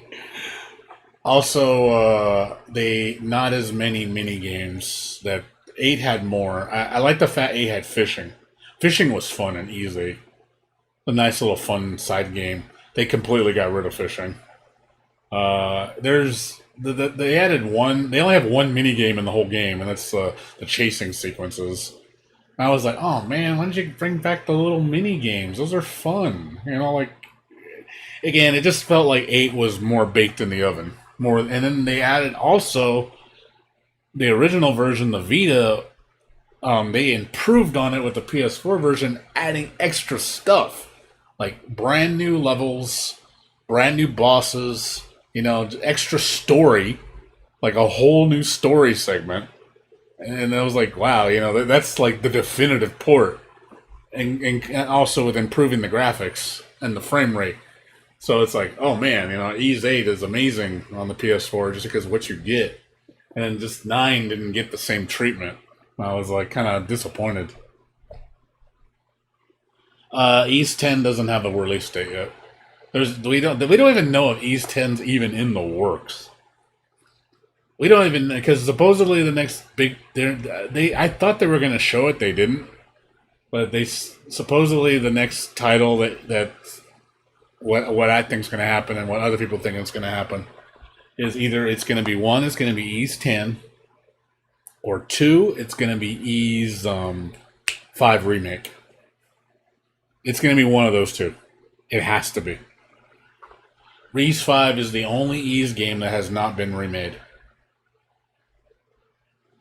So I'm hoping they make a modern port of Ys 5. Because I would like to play that. Even if it played like the newer 2D games. Or even like the Vita games, like Celceta. I think that'd be fine with that. That would make me happy. Just to also, because, that's a game that Ys 5 isn't even on a modern platform. I think you can only play Ys 5 on like Famicom or I think something like that. Let me look.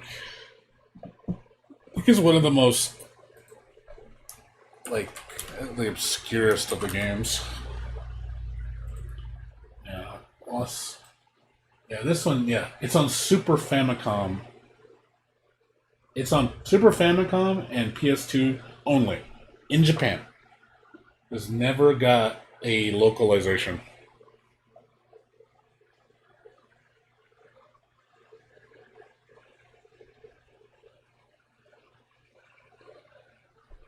So, I mean, I'd be fine with them porting the PS2 version, because that's technically a remake, and actually putting it in English. I'd be okay with that.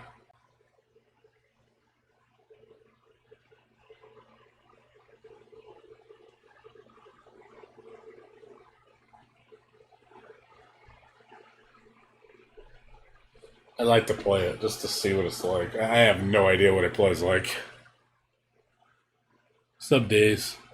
Yeah, kind of like that. If they make Ys 5 like Trials of Mana, that'd be good. I mean, I still think Ys has, like, Trials of Mana feels good, but I like Ys more. Just because Ys, one thing Ys has that Trials doesn't have, and again, just because I like the mechanic, is the Flash Guard and the Flash, the Flash Dodge? Like, those two things make the game so much better. Also, the music's way more intense. E's music just gets you in the mood. Like it really does. You just wanna rock out and just get really hardcore. I mean, Trials has good music. It's not in the same way. Cheap, cheap. Yeah, I mean, I could probably find this.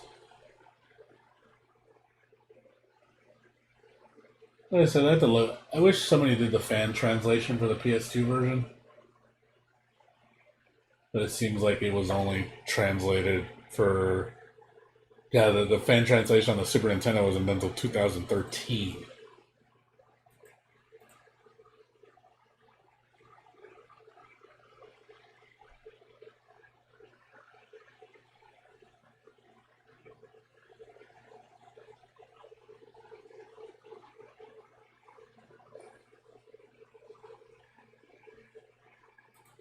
I've never actually seen it. It's PlayStation. It's Super Nintendo.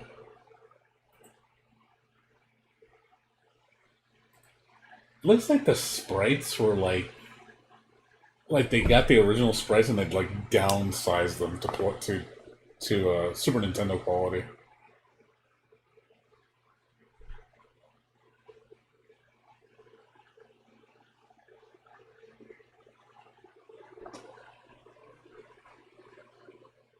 Yeah, E's game.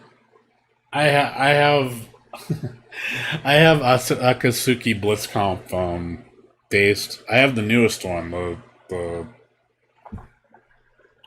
what you call it? What I'm looking for it. Hold on. I forgot the name of it. What the hell is it called? I'm trying to find it. Ein's Perfect Well. I have it. This game.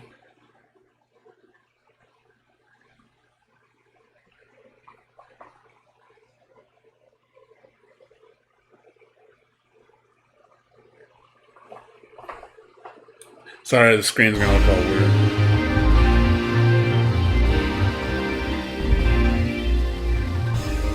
I played this before on stream. Like I said, it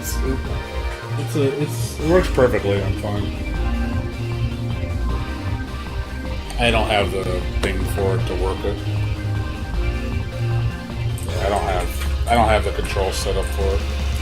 But I have it. So just letting you know. I have the game.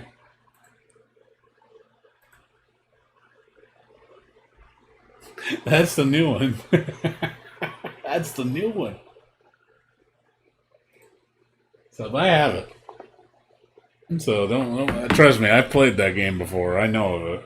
So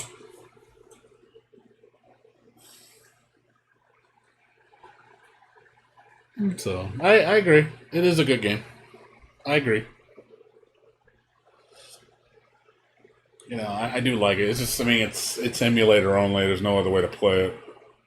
It's never probably ever going to get a port. It's gonna get lost. It's gonna get lost in time and space, and it's never gonna get found again, and no one's gonna know about it.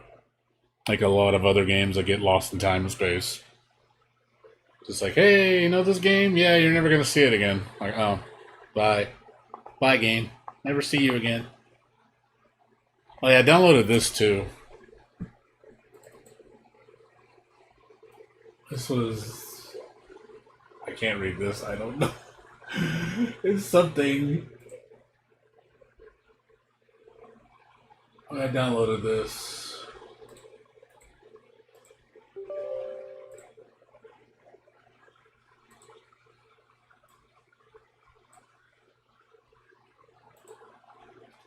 Oh, that was good. It even runs.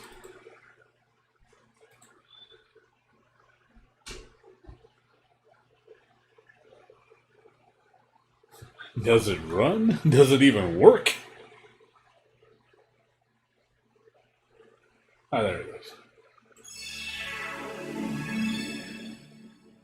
I'm sure you guys remember this game. No, it's not. This is no. This is real. This is real.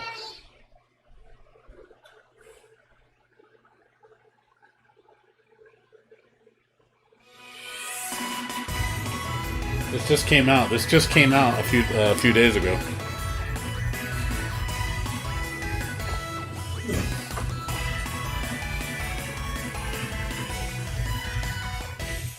I don't even know how this fucking works. Do you use a controller? What do you do? I don't even know like how the buttons work. Is there like a how do you use the controls? Do you use the keyboard and mouse? What do you do? Okay, use a keyboard and mouse. Select the characters.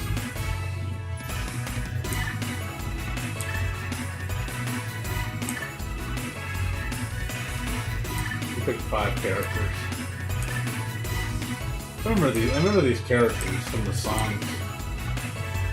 I can't read shit. I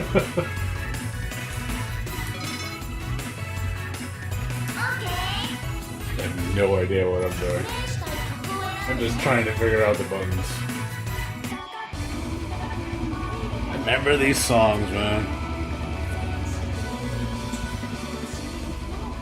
God, I remember this song.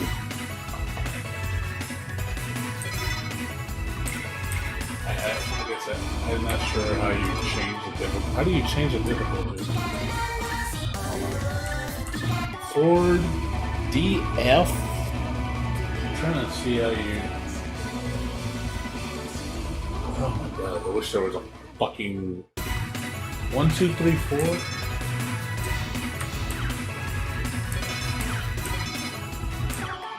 Okay, I don't know what the fucking these means. Again, this doesn't help when you don't understand anything when it's all in Japanese. How do you choose it? How do you choose? Okay, it's enters choose. Huh. I wish I had a controller for this.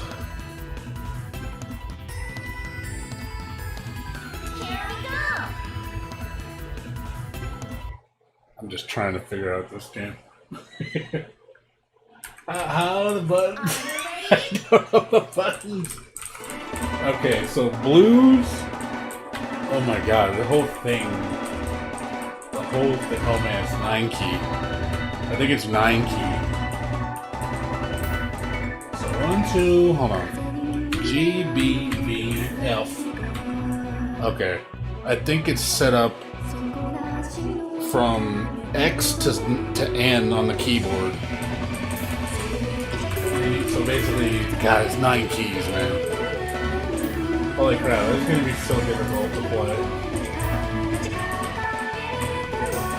That's where the controller comes in handy for shit like this, so you can actually read it, and you're like, it's hard to do.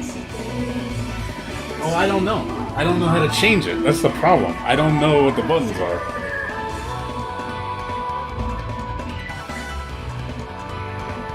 I don't know which one the buttons are.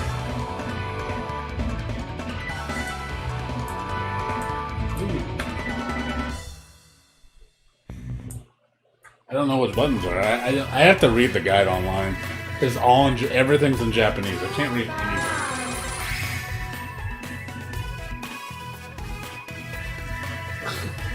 I don't know what means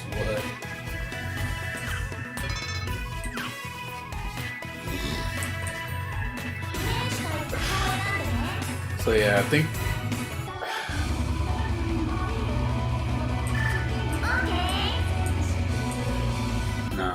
I'm trying to really understand this shit. Can you back out? Can you cancel? No. Modifier.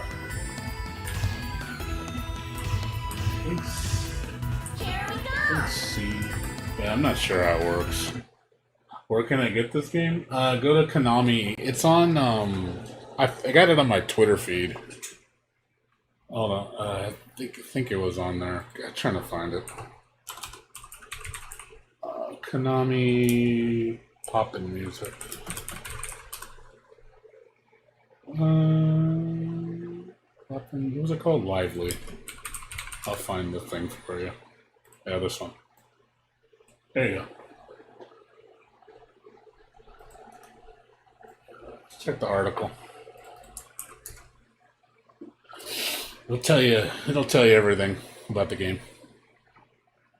If you guys want to not figure it, look into it more. Just check out that article.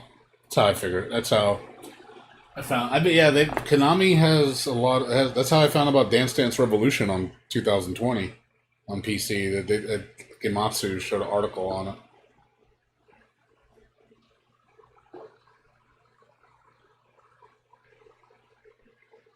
It's cute.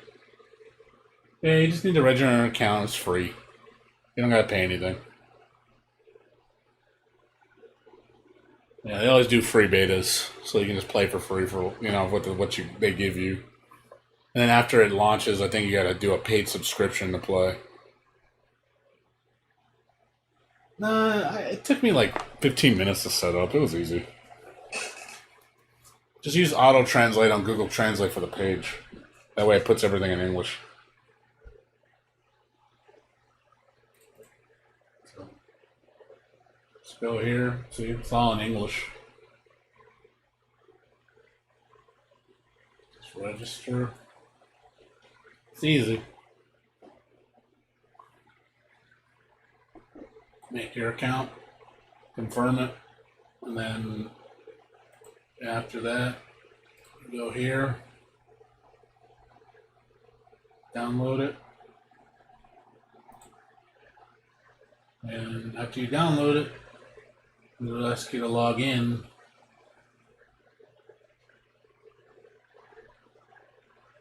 And just download here, and you just run the launcher, and I think it just asks you for your account information, and then that's it. It's real easy. It's not hard.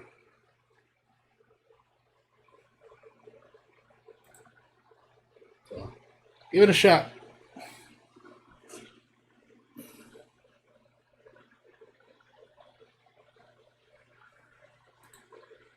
No excuse. And hey, it's free. I mean, why wouldn't you play it? You like the game, so I figured why you go out of your way to play it.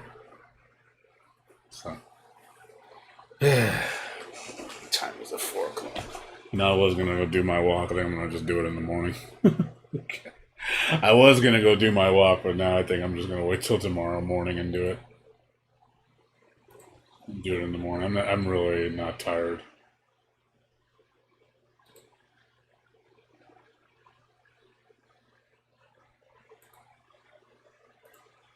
I'll just talk to you guys for a little bit more. Then I'm gonna get a snack, and then I'm gonna get ready for work. I'll probably go cut my hair. Yeah, Bear, not much else. We might be hanging out at the end of the month. I'm just letting you know. So, if you want to hang out, if you're up for it, the reason why I haven't even scheduled, us hanging out is just because I've been so busy, and I'm just tired. I honestly don't want to do anything on Saturday. I just do what I need to, and then I just stream the whole night. I don't want to be bothered. I need my 2 days off, man. I just can't. I can't function. I just can't function. So I don't know if you'd be interested in hanging out like in a month. Talk to Calvin and see if he wants to hang out at the end of the month. Probably just gonna be the usual small group. Okay, well I'll let you guys know. I need to find out when my overtime's over. I'm hoping it's the last week this week. I'm hoping. Okay, you're gonna go out for a bit? No worries. No worries. Like I said, I'm not gonna be on much longer.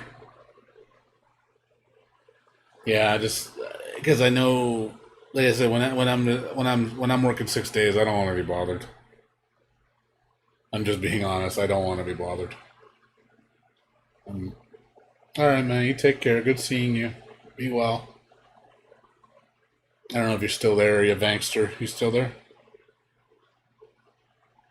Yeah, I mean, I like the paychecks. It's nice, and right now I'm trying to procure a new graphics card. I think I lost it. Yeah, I think it's sold. God damn it. looking for a new video card. I've been shopping around because you heard about the whole video card thing, right? With Nvidia. Nvidia announced the 3000 series line, and it's causing like a major, like, basically all 2000 cards are tanking in price because of it. Because the new graphics cards are going to be like far superior to the 2000 series and by like double. That's what supposedly they're going to be. So you can literally, I've been seeing GeForce 2070 Supers for as low as like $325, which is crazy cheap for those. Because those cards normally go for like 500 new. But because they announced the new 3070, which is more powerful than a 2080 Ti, or almost as powerful, like around the same ballpark, for $700 less, that just you basically just killed your previous line. Now people want all the new shit now. They don't want the old stuff. So now's the time to strike on a graphics card. I recommend everybody look around for a graphics card, because I think, the previous gen stuff is going to really drop in price by a good amount. So right now I'm looking for like a cheap 5600 XT, looking for a GeForce 2070 Super. So right now I think the lowest, like, buy it now, I think was like 350 for buy it now. Yeah, 350. I've seen a lot of these at 350. Like, this seems to be the new normal price for a 2070. But I've been looking around to see if I could snag one for 300. There's a lot of them available, so I would like to get one. This will, be my graphics card. I'm just trying to see. Been sending people offers for like $300. See if I can get one. If not, I'll get like I said, a 5600 XT for like hopefully $200. Because I do need to upgrade my 580. It's starting to show its age with newer games. I can't run it at 60 frames, and it kind of pisses me off. I'm like trying to play a new game and it's like choppy, like 30, 40 frames. I'm like, oh god! It's like I hate how choppy it runs. It's like, my graphics card is just. It's not cutting the mustard anymore. Not for new stuff. Old stuff is fine. I'm playing games that are like low end or mid tier games, and games from like 2018 or before. Perfectly fine. A card runs like a champ. But when I'm trying to play games like the newest stuff and stuff that I do want to play eventually, I don't think the card's going to have any life left in it. I mean, I think it'll play Ease 8, Ease 9 fine. I think Ease 9 will run at 1080p fine. I mean, I do want to try to push 1440p. That's another reason why I want to get a newer graphics card, because I want to start doing 1440p gaming, since I got 4K monitors now. 4K monitors do look nice. Very, very, very crisp. I love how crisp the text is.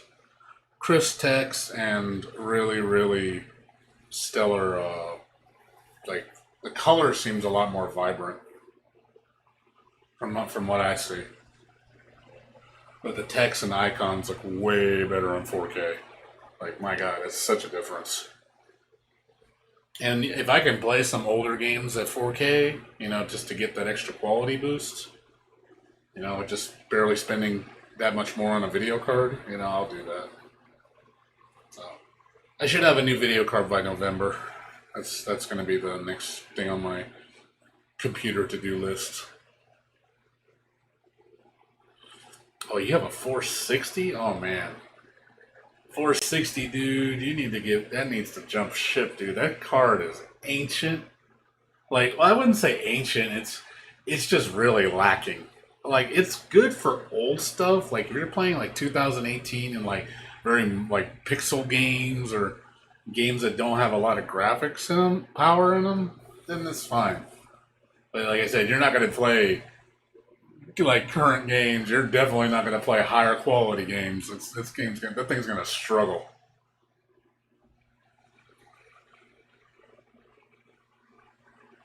Yeah, I think for the money, like the best value card for the money right now, as far as like new, the 1660 Super. That's probably the best card on the market. For new cards, 1660 Super is like the best value. Like you get good performance. It's got excellent, speed and RAM, 6 gigs of RAM. It does 1080p without effort. But if you're going in the used market, I would say, go for a 580 8 gig. That's the one I have now. For what you probably use, or 580 would be perfect for you. And that card goes about 125 to 150 on eBay. I've seen them as low as 120. You can maybe, pull one off for 120 with like $10 shipping. And some give free shipping.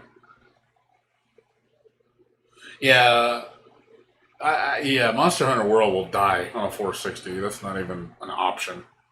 You can't play Monster Hunter with a 460. That's impossible. That thing would hurl.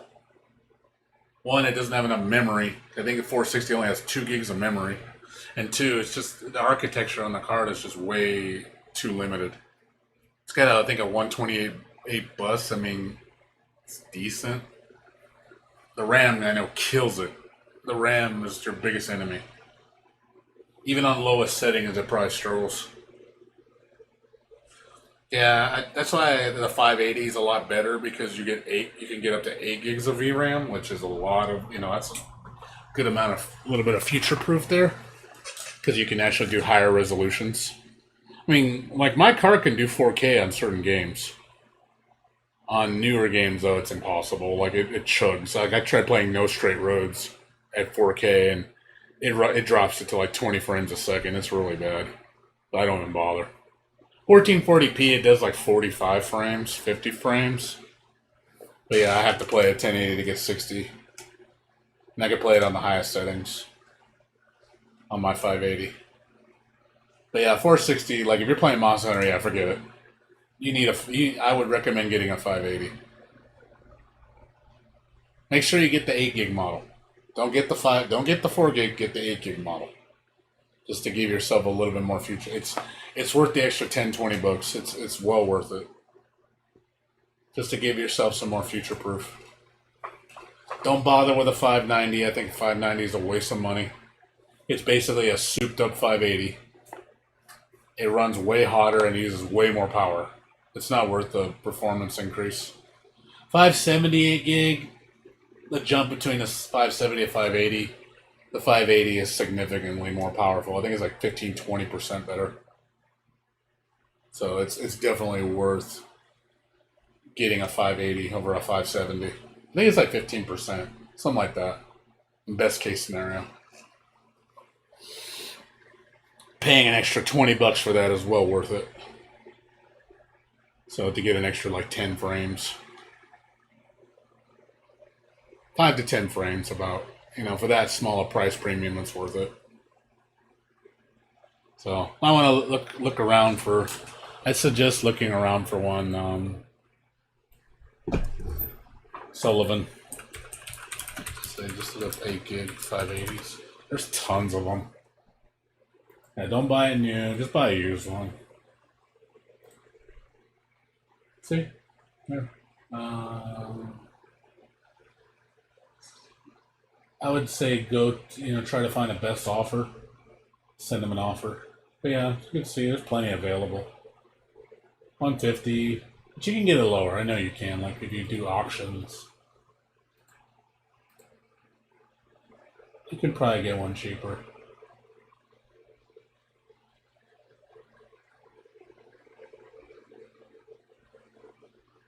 Yeah, just kind of might have to bid on one. I bid on one recently, and I won one for 125. Like I said, there's tons of these things. Like it's probably the most flooded card on the market in terms of like modern cards. This is by far the most flooded. So it's such good value because you get a really damn decent card for such a cheap price, and it'll play a lot of games that you don't need to play the absolute best games. Well, most demanding games. You don't need anything more than this. This card will do everything. Just a suggestion. Well, you might want to look into that, Sullivan.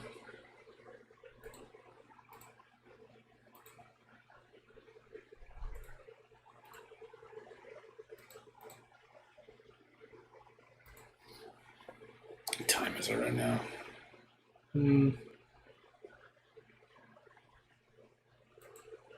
What do you mean build? Oh yeah, that would be the best way to go. Build your own computer if you want. It's cheaper if you know how to shop around. It's cheaper than buying a pre-built. I wouldn't bother with a pre-built if you really want best value. I mean, the only way the pre-built's cheaper is if you obviously buy like a used pre-built, like from a previous gen. You could maybe get those cheap, but even then, a lot of times those pre-builts have really bad video cards, or they don't have any video cards in them. Bare minimum power supply. Like the RAM's all right. They have good processor in them, motherboards, whatever. But there's usually some stuff in pre-builts that are just cheaping out, and you end up having to spend more money to get the better stuff. So in the long run, I'd say just get a custom. Custom is just the way to go. Custom, you get way more for your money, and you get to make it the way you want to. I mean, to build like if you're in like today's market, if I went out to buy a computer pre-built right now with what I know, based on around the level of performance that I expect on an average for most people, I could build something, and this is just like if I do it myself with no help, and I would say $600. You can build a computer for $600, just the tower, by yourself, and you would be very happy with it. It would, hell, you might even have 32 gigs of RAM in it. It'd be like it would probably have. You can get yourself a 2600, a Ryzen 5 2600, or even a Ryzen 6 3600, Ryzen 5 3600. Get yourself a decent motherboard like a B350, B450. Get yourself 32 gigs of RAM. 16 minimum. I recommend at least 16. Don't get any less than that. And RAM's cheap right now, so there's no reason not to buy 16 gigs of RAM. 32 if you can, just to get some more future proof. 32 gigs of RAM. Get yourself like a 240 gig SSD, and then get yourself a storage drive like 3 terabyte. 3 terabyte hard drives are like, I've seen them as low as like $35 for like rebuilds, and I've used a rebuild for last two times, and I've had no problems with them. They've lasted me for years. It's a cheap way to get a good amount of storage space for cheap. Get yourself a power supply. I recommend don't get too cheap. You're going to be spending at least $60 on a decent power supply. That's the pricing on power supplies have gone up so much. Like the cheapest I've seen that's reputable online was like $60. It was a Thermaltake 700 watt smart power supply. It was 80 plus certified white. It was 5-year warranty. I think the cheapest I saw was $59.99, which is good value for what you're getting, and that should last you 5 years. Come in. Come in. Come in.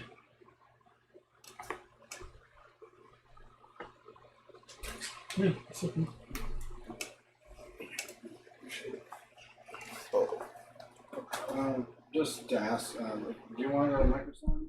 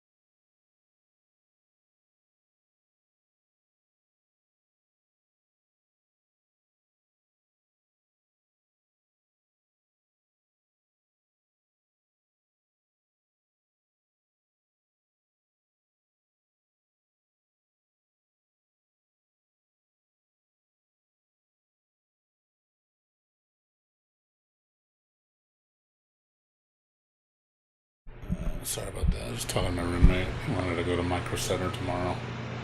So, might be going to get a new computer tomorrow. Sorry about that. Are you still there, Sullivan? Yeah, I'm gonna get going in a few minutes, just letting you know. I was gonna do my walk, but I'm just gonna do it in the morning. Do it at 5:30 in the morning. So he's gonna go to Micro Center tomorrow, and if I told him if I'm up, I'm gonna go. This is usually where I shop for local parts, but I don't think you're in Cali.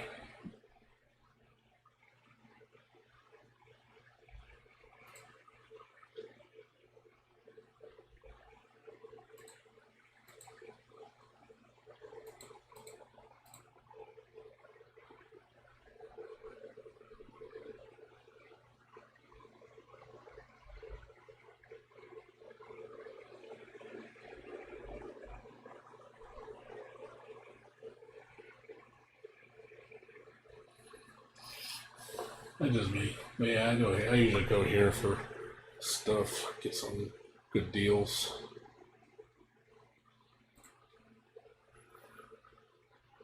That's the processor I want, is this one. But I'm waiting for this to drop. It's too high for me. I'm not gonna spend that kind of money on something I'm not gonna see much performance boost that I have now.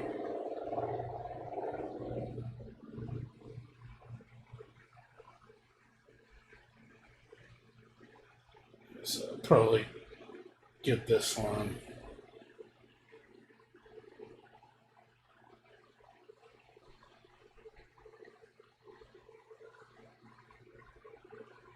Yeah.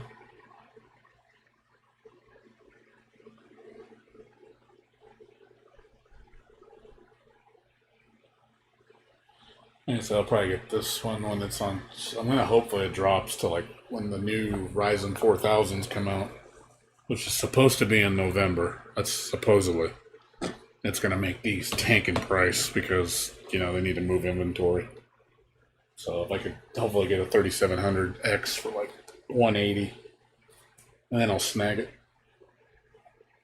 And I'll upgrade my 2700 to 3700. It's like a 15% performance boost. It's probably one of the best chips on the market for like the value. So I'm probably gonna go aim for that and then sell my 2700X for like $200. Because that's what I did last time. I bought an 1800X. Then the 2700X dropped down to, man, it was so cheap. I got it for like, after the free game sale it had with it, it was like $140 with tax. And then the game I sold for $30. I paid like $110 for my 2700X. 110 was unreal of a deal for that processor. So, and I know right now on eBay they're like $180, $200 with the fan. So if I can get this for like 180, I'll basically be breaking even, and I get a way stronger CPU. I can sell the other one, make my money back, and that's how you do your upgrades. I do that usually every 1-2 years. I just keep rotating parts. It's good. It's a good way to save money on building a computer. I really recommend you do that. So, anyways, guys, I'm gonna get out of here. So it's already 4:30. I was gonna go do my walk, but I'm gonna do it this morning. Anyway, if I'm not tired, I need to though. I need to get back to my walking. I was gonna do it right now, but I don't have time right now. I start working in 30 minutes, so I'm probably gonna. I'm gonna go get some food, and then I'm gonna see if I get up in the morning. Because my friend's gonna go to Micro Center. If he's awake. If I'm awake, I mean. Because I might be asleep. So, I don't know. We'll see how I feel. I mean, if I stay up till 5:30 to do my walk, I might go. We'll see. It depends how I feel. Like I said, I'm just out of it because of work. So, anyways, guys, I will see you guys later. You guys take care. Peace out.